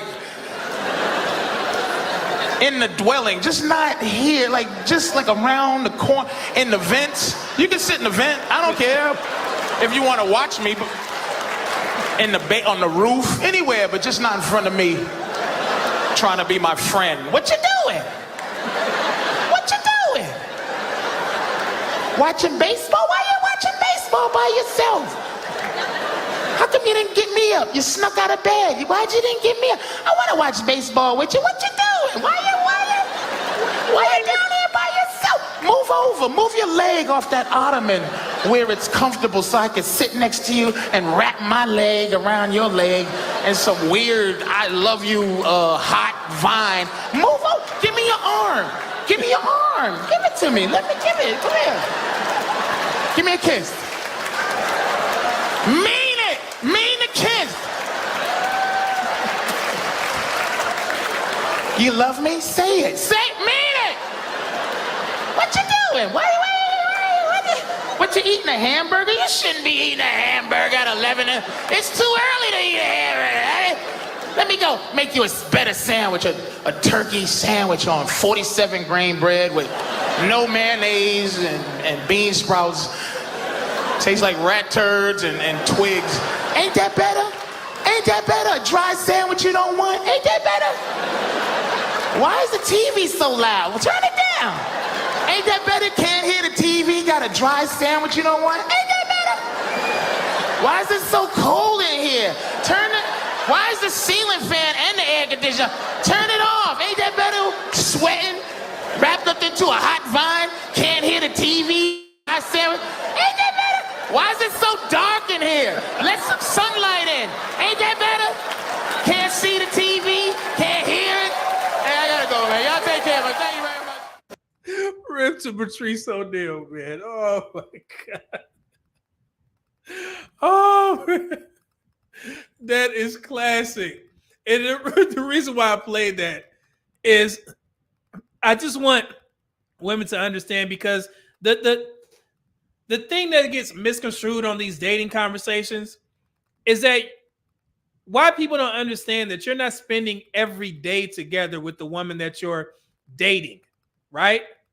So both of y'all work. So you only gonna get maybe a couple of days out of the week with this man, before things start to progress.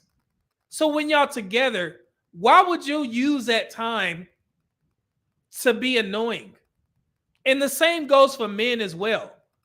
Like, man, don't stop being corny and shit. Even if she do leave her phone open, don't be sitting there trying to go through it, man. Like, man, it's shit. If shit happened, it happens. And I understand most guys, like, yeah, you'll find all the foolery that you want in there. But me personally, like I do business on my phone. And I also have friends that send me certain things, or we have certain discussions, and I write certain notes about these particular discussions. I don't want somebody going through my phone seeing that. It ain't got nothing to do with me cheating with some woman. But I'm just like, damn, man, if you're going to sit there and go through her phone, what about the foolery you got on your phone too? Just chill out when y'all together. And that's where a lot of these relationships go wrong, because y'all be playing or going off of social media narratives like you're supposed to do this and you're supposed to do that. Brother, and this is probably one of the realest things that you will ever hear somebody say on a YouTube channel. When it comes to relationships, if a person is going to cheat, they are going to cheat. There is 24 hours in the day. You could monitor that person for 24 hours. You know what's going to happen? They're going to find that fucking 25th hour to get fucked on. Okay? It ain't got nothing to do with you. It ain't got nothing to do with a man and his sexual appetite. If he gonna cheat, he's gonna cheat. If a woman gonna cheat, they gonna cheat. So all this talk about preventing somebody from doing something that they willingly do, it's nothing you can do. You cry about it, you leave that person, you go to therapy, and you get your ass back on the dating market and start fresh. Because it is nothing you can do. Okay? And that's why I hate these cheating conversations, because people act like it's a reason. We give men reasons because of the fact, well, men just like variety. Okay, cool. That's not a reason to cheat, but cool. We say women develop these relationships that start before the bedroom, and then that's when women cheat. No, cheaters cheat. So shut the fuck up about all that other foolery. Nobody cares. If the end result ends in cheating, it is what it is. I don't give a damn about women developing emotional connection and men want variety. Who cares? You deal with it and move on. Such is life. Okay? We ain't got time to be sitting there having these dumbass conversations about why people do what they do. We know. I could literally create a quiz or a test on popular conversation talking points in YouTube, and everybody in the chat would get 100% because y'all know everything. And that's why I never give women leeway when they say that they didn't understand this about men. Because people in these male-centric spaces, we talk about men all the time and how we think, how we act. And the reason why I know that black women in particular understand this is because y'all have enough energy to get on social media and complain about the shit that we talk about. So don't give me that foolery saying that you don't know what black men think. Yes, you do. Your asses just chose not to follow what the hell black men been telling you. If black men tell you every day, we like women with natural hair, we don't give a damn about lashes. You know what y'all dumbasses do? You go back on social media and, well, that's what they get their attention to. Motherfucker, if you see black men saying that they don't like wigs, weaves, and all that foolery, why would you make up your own narrative and go on these talk shows and say, well, that's not what they like? I see them, giving likes to women with BBLs. Are y'all dumb? Women who have BBLs tend to be naked. Men like naked ass women, so they gonna look. That don't mean they gonna marry that woman. Do y'all know how to separate sexual attention from marital attention? How many people have talked about this shit before? And I'm talking directly to y'all, ladies. I shouldn't have to be explaining this shit over and over again. A woman naked, she naked. And as I say naked, Nekkett, naked, quick. Yes, we like naked people, naked women, okay? So stop. And we like natural hair. Natural and naked. I'll leave it at that, man. Oh man, this is a great show. I guess it was, I needed this purple, this Pentecostal purple. It worked out. Oh man. Pentecostal purple. That's a new name. Let me see here. All right, let me get these last super chats. Leon 008, $5 super chat said, I've never been a good man. The major issue I have experienced is her expectations of me performing like the guys that like her. B, you like me. Hey, whatever works, brother. Devil Hurst with the $5 super chat. Thank you, brother. Appreciate that. And Black Kraken with the $5 super chat. He says, When I die, I'm going to Snow Bunny heaven. Lord have mercy. And they wonder why that song is so popular on TikTok. It's funny. Prince Revolve would send out super chat. He said, I remember telling the chick she was ungrateful and unappreciative. Her response, what I say, thank you. You just want me to kiss your butt. These women don't get it. They don't, man. I'm trying to help. Trying to live. 499 super chat says, the one thing many women can't comprehend is how her worth is in her ability to move in the presence of a man in peace. Yeah, and that's a good point. That's exactly what I was saying. You're going to spend the 1 day or 2 days that you have with this man getting on his damn nerves if you consider him a good man. That's crazy to me. And then you're going to go back home and you're going to text him, man, I'm sorry. I apologize. I didn't mean to. It's too late now. He didn't already put you in the other things category. So yeah, that's what the deacon naked. You gotta say naked. Because when you say naked, I don't when you say naked, it's quick. It's provocative. Naked. DC refugee again. Women pick through your words to make it fit their narrative. Yeah, it's crazy, man. Let me see. Menelik McConan. What's going on, brother? Said we don't like no BBLs. I beg to differ. You know what I'm saying? I mean, there are some women who have BBLs and they, very attractive. I mean, it ain't too many brothers in the chat turning down Bernice Burgos. I think Bernice Burgos is like 44 years old. Have y'all seen that woman? I get it.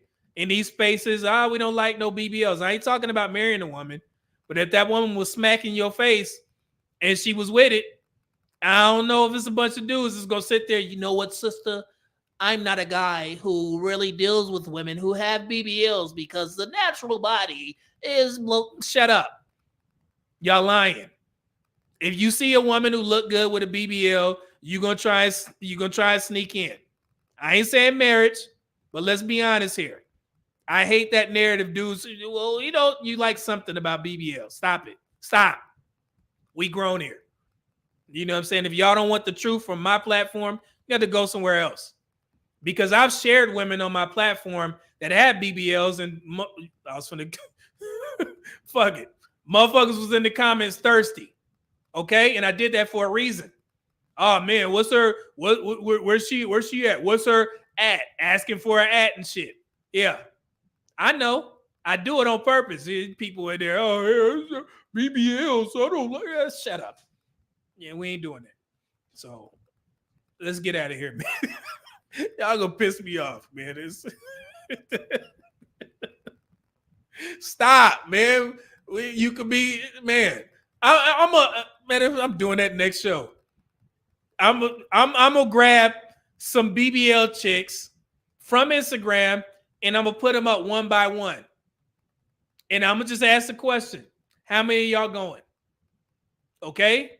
So in that right, women are right to call y'all asses out for lying on social media.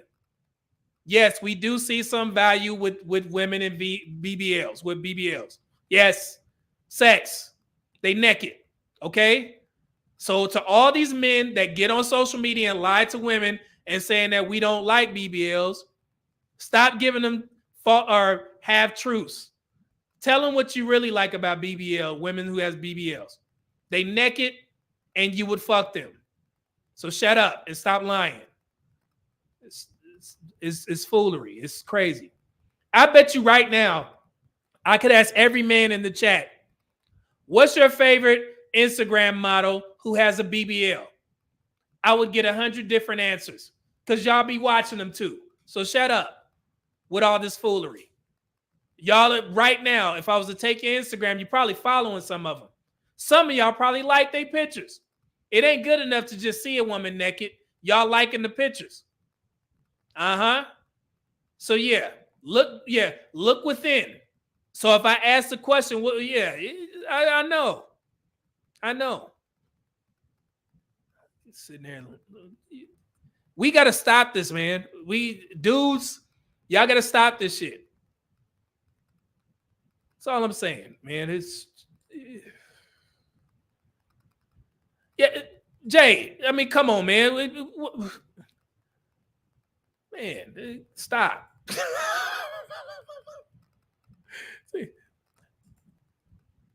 Yes, I get it. Liking doesn't mean a desire before marriage. I think you meant to say liking doesn't mean for marriage. I get it. But be clear with the ladies on social media when they ask this question, be honest. And don't sit there and say that you would not have sex with the BBL girl. Stop. Tell them the truth. Yes, we would have sex with them, but I ain't trying to marry that woman. That's okay. Because you're a man.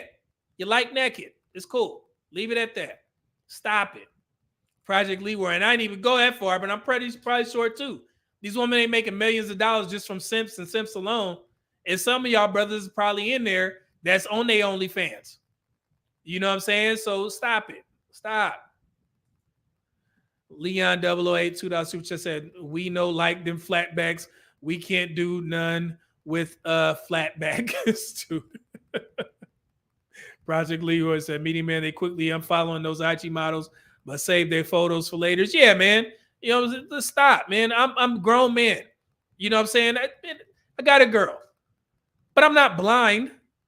It's some women on Instagram that I think are very attractive. Bernice Burgos is one of them.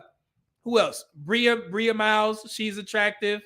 The girl, Miss Lexi, she ain't got a BBL. She just fine as hell. But yeah, it's a bunch of women on there. We could be honest, brother. I mean, okay, I'm a simp with a whole girl. I'm finna go eat a full plate. I'm not stupid, man. I have eyes. They naked. It is what it is. I'm not following the chicks. But damn, if they come across the timeline, I'm going to get my peek on. Jesus. Like, stop. Who is Gigi Empress? Who is that? Let's see. Y'all going to get me in trouble. So... Let me get at it. The Lakers playing, and I'm sitting there on here with y'all fighting about BBL chicks. Naked. Thank y'all, man, for tuning in. I greatly appreciate it, man. This was an amazing show. It is definitely going to get clipped up. Hopefully, y'all enjoyed everything. Man, I have thoroughly enjoyed myself. Thank you to everybody who donated super chats and cash apps. Thank you to everybody supporting in the chat. Like I said, y'all are so intelligent, man. So intelligent, and I greatly appreciate it. Wouldn't be a show without y'all. Appreciate the support. Go Lakers. I will be back this week, and I'm going to have them IG model pictures for y'all asses to put y'all to the test. Cover your eyes if you don't like BBLs. Let's go ahead and get at it, man. Thank y'all. Media Man out. God bless, and I will definitely be back this week. Appreciate all this love and support. Thank y'all. Here we go with some Solomon Fox for y'all to leave y'all with. Here we go. Back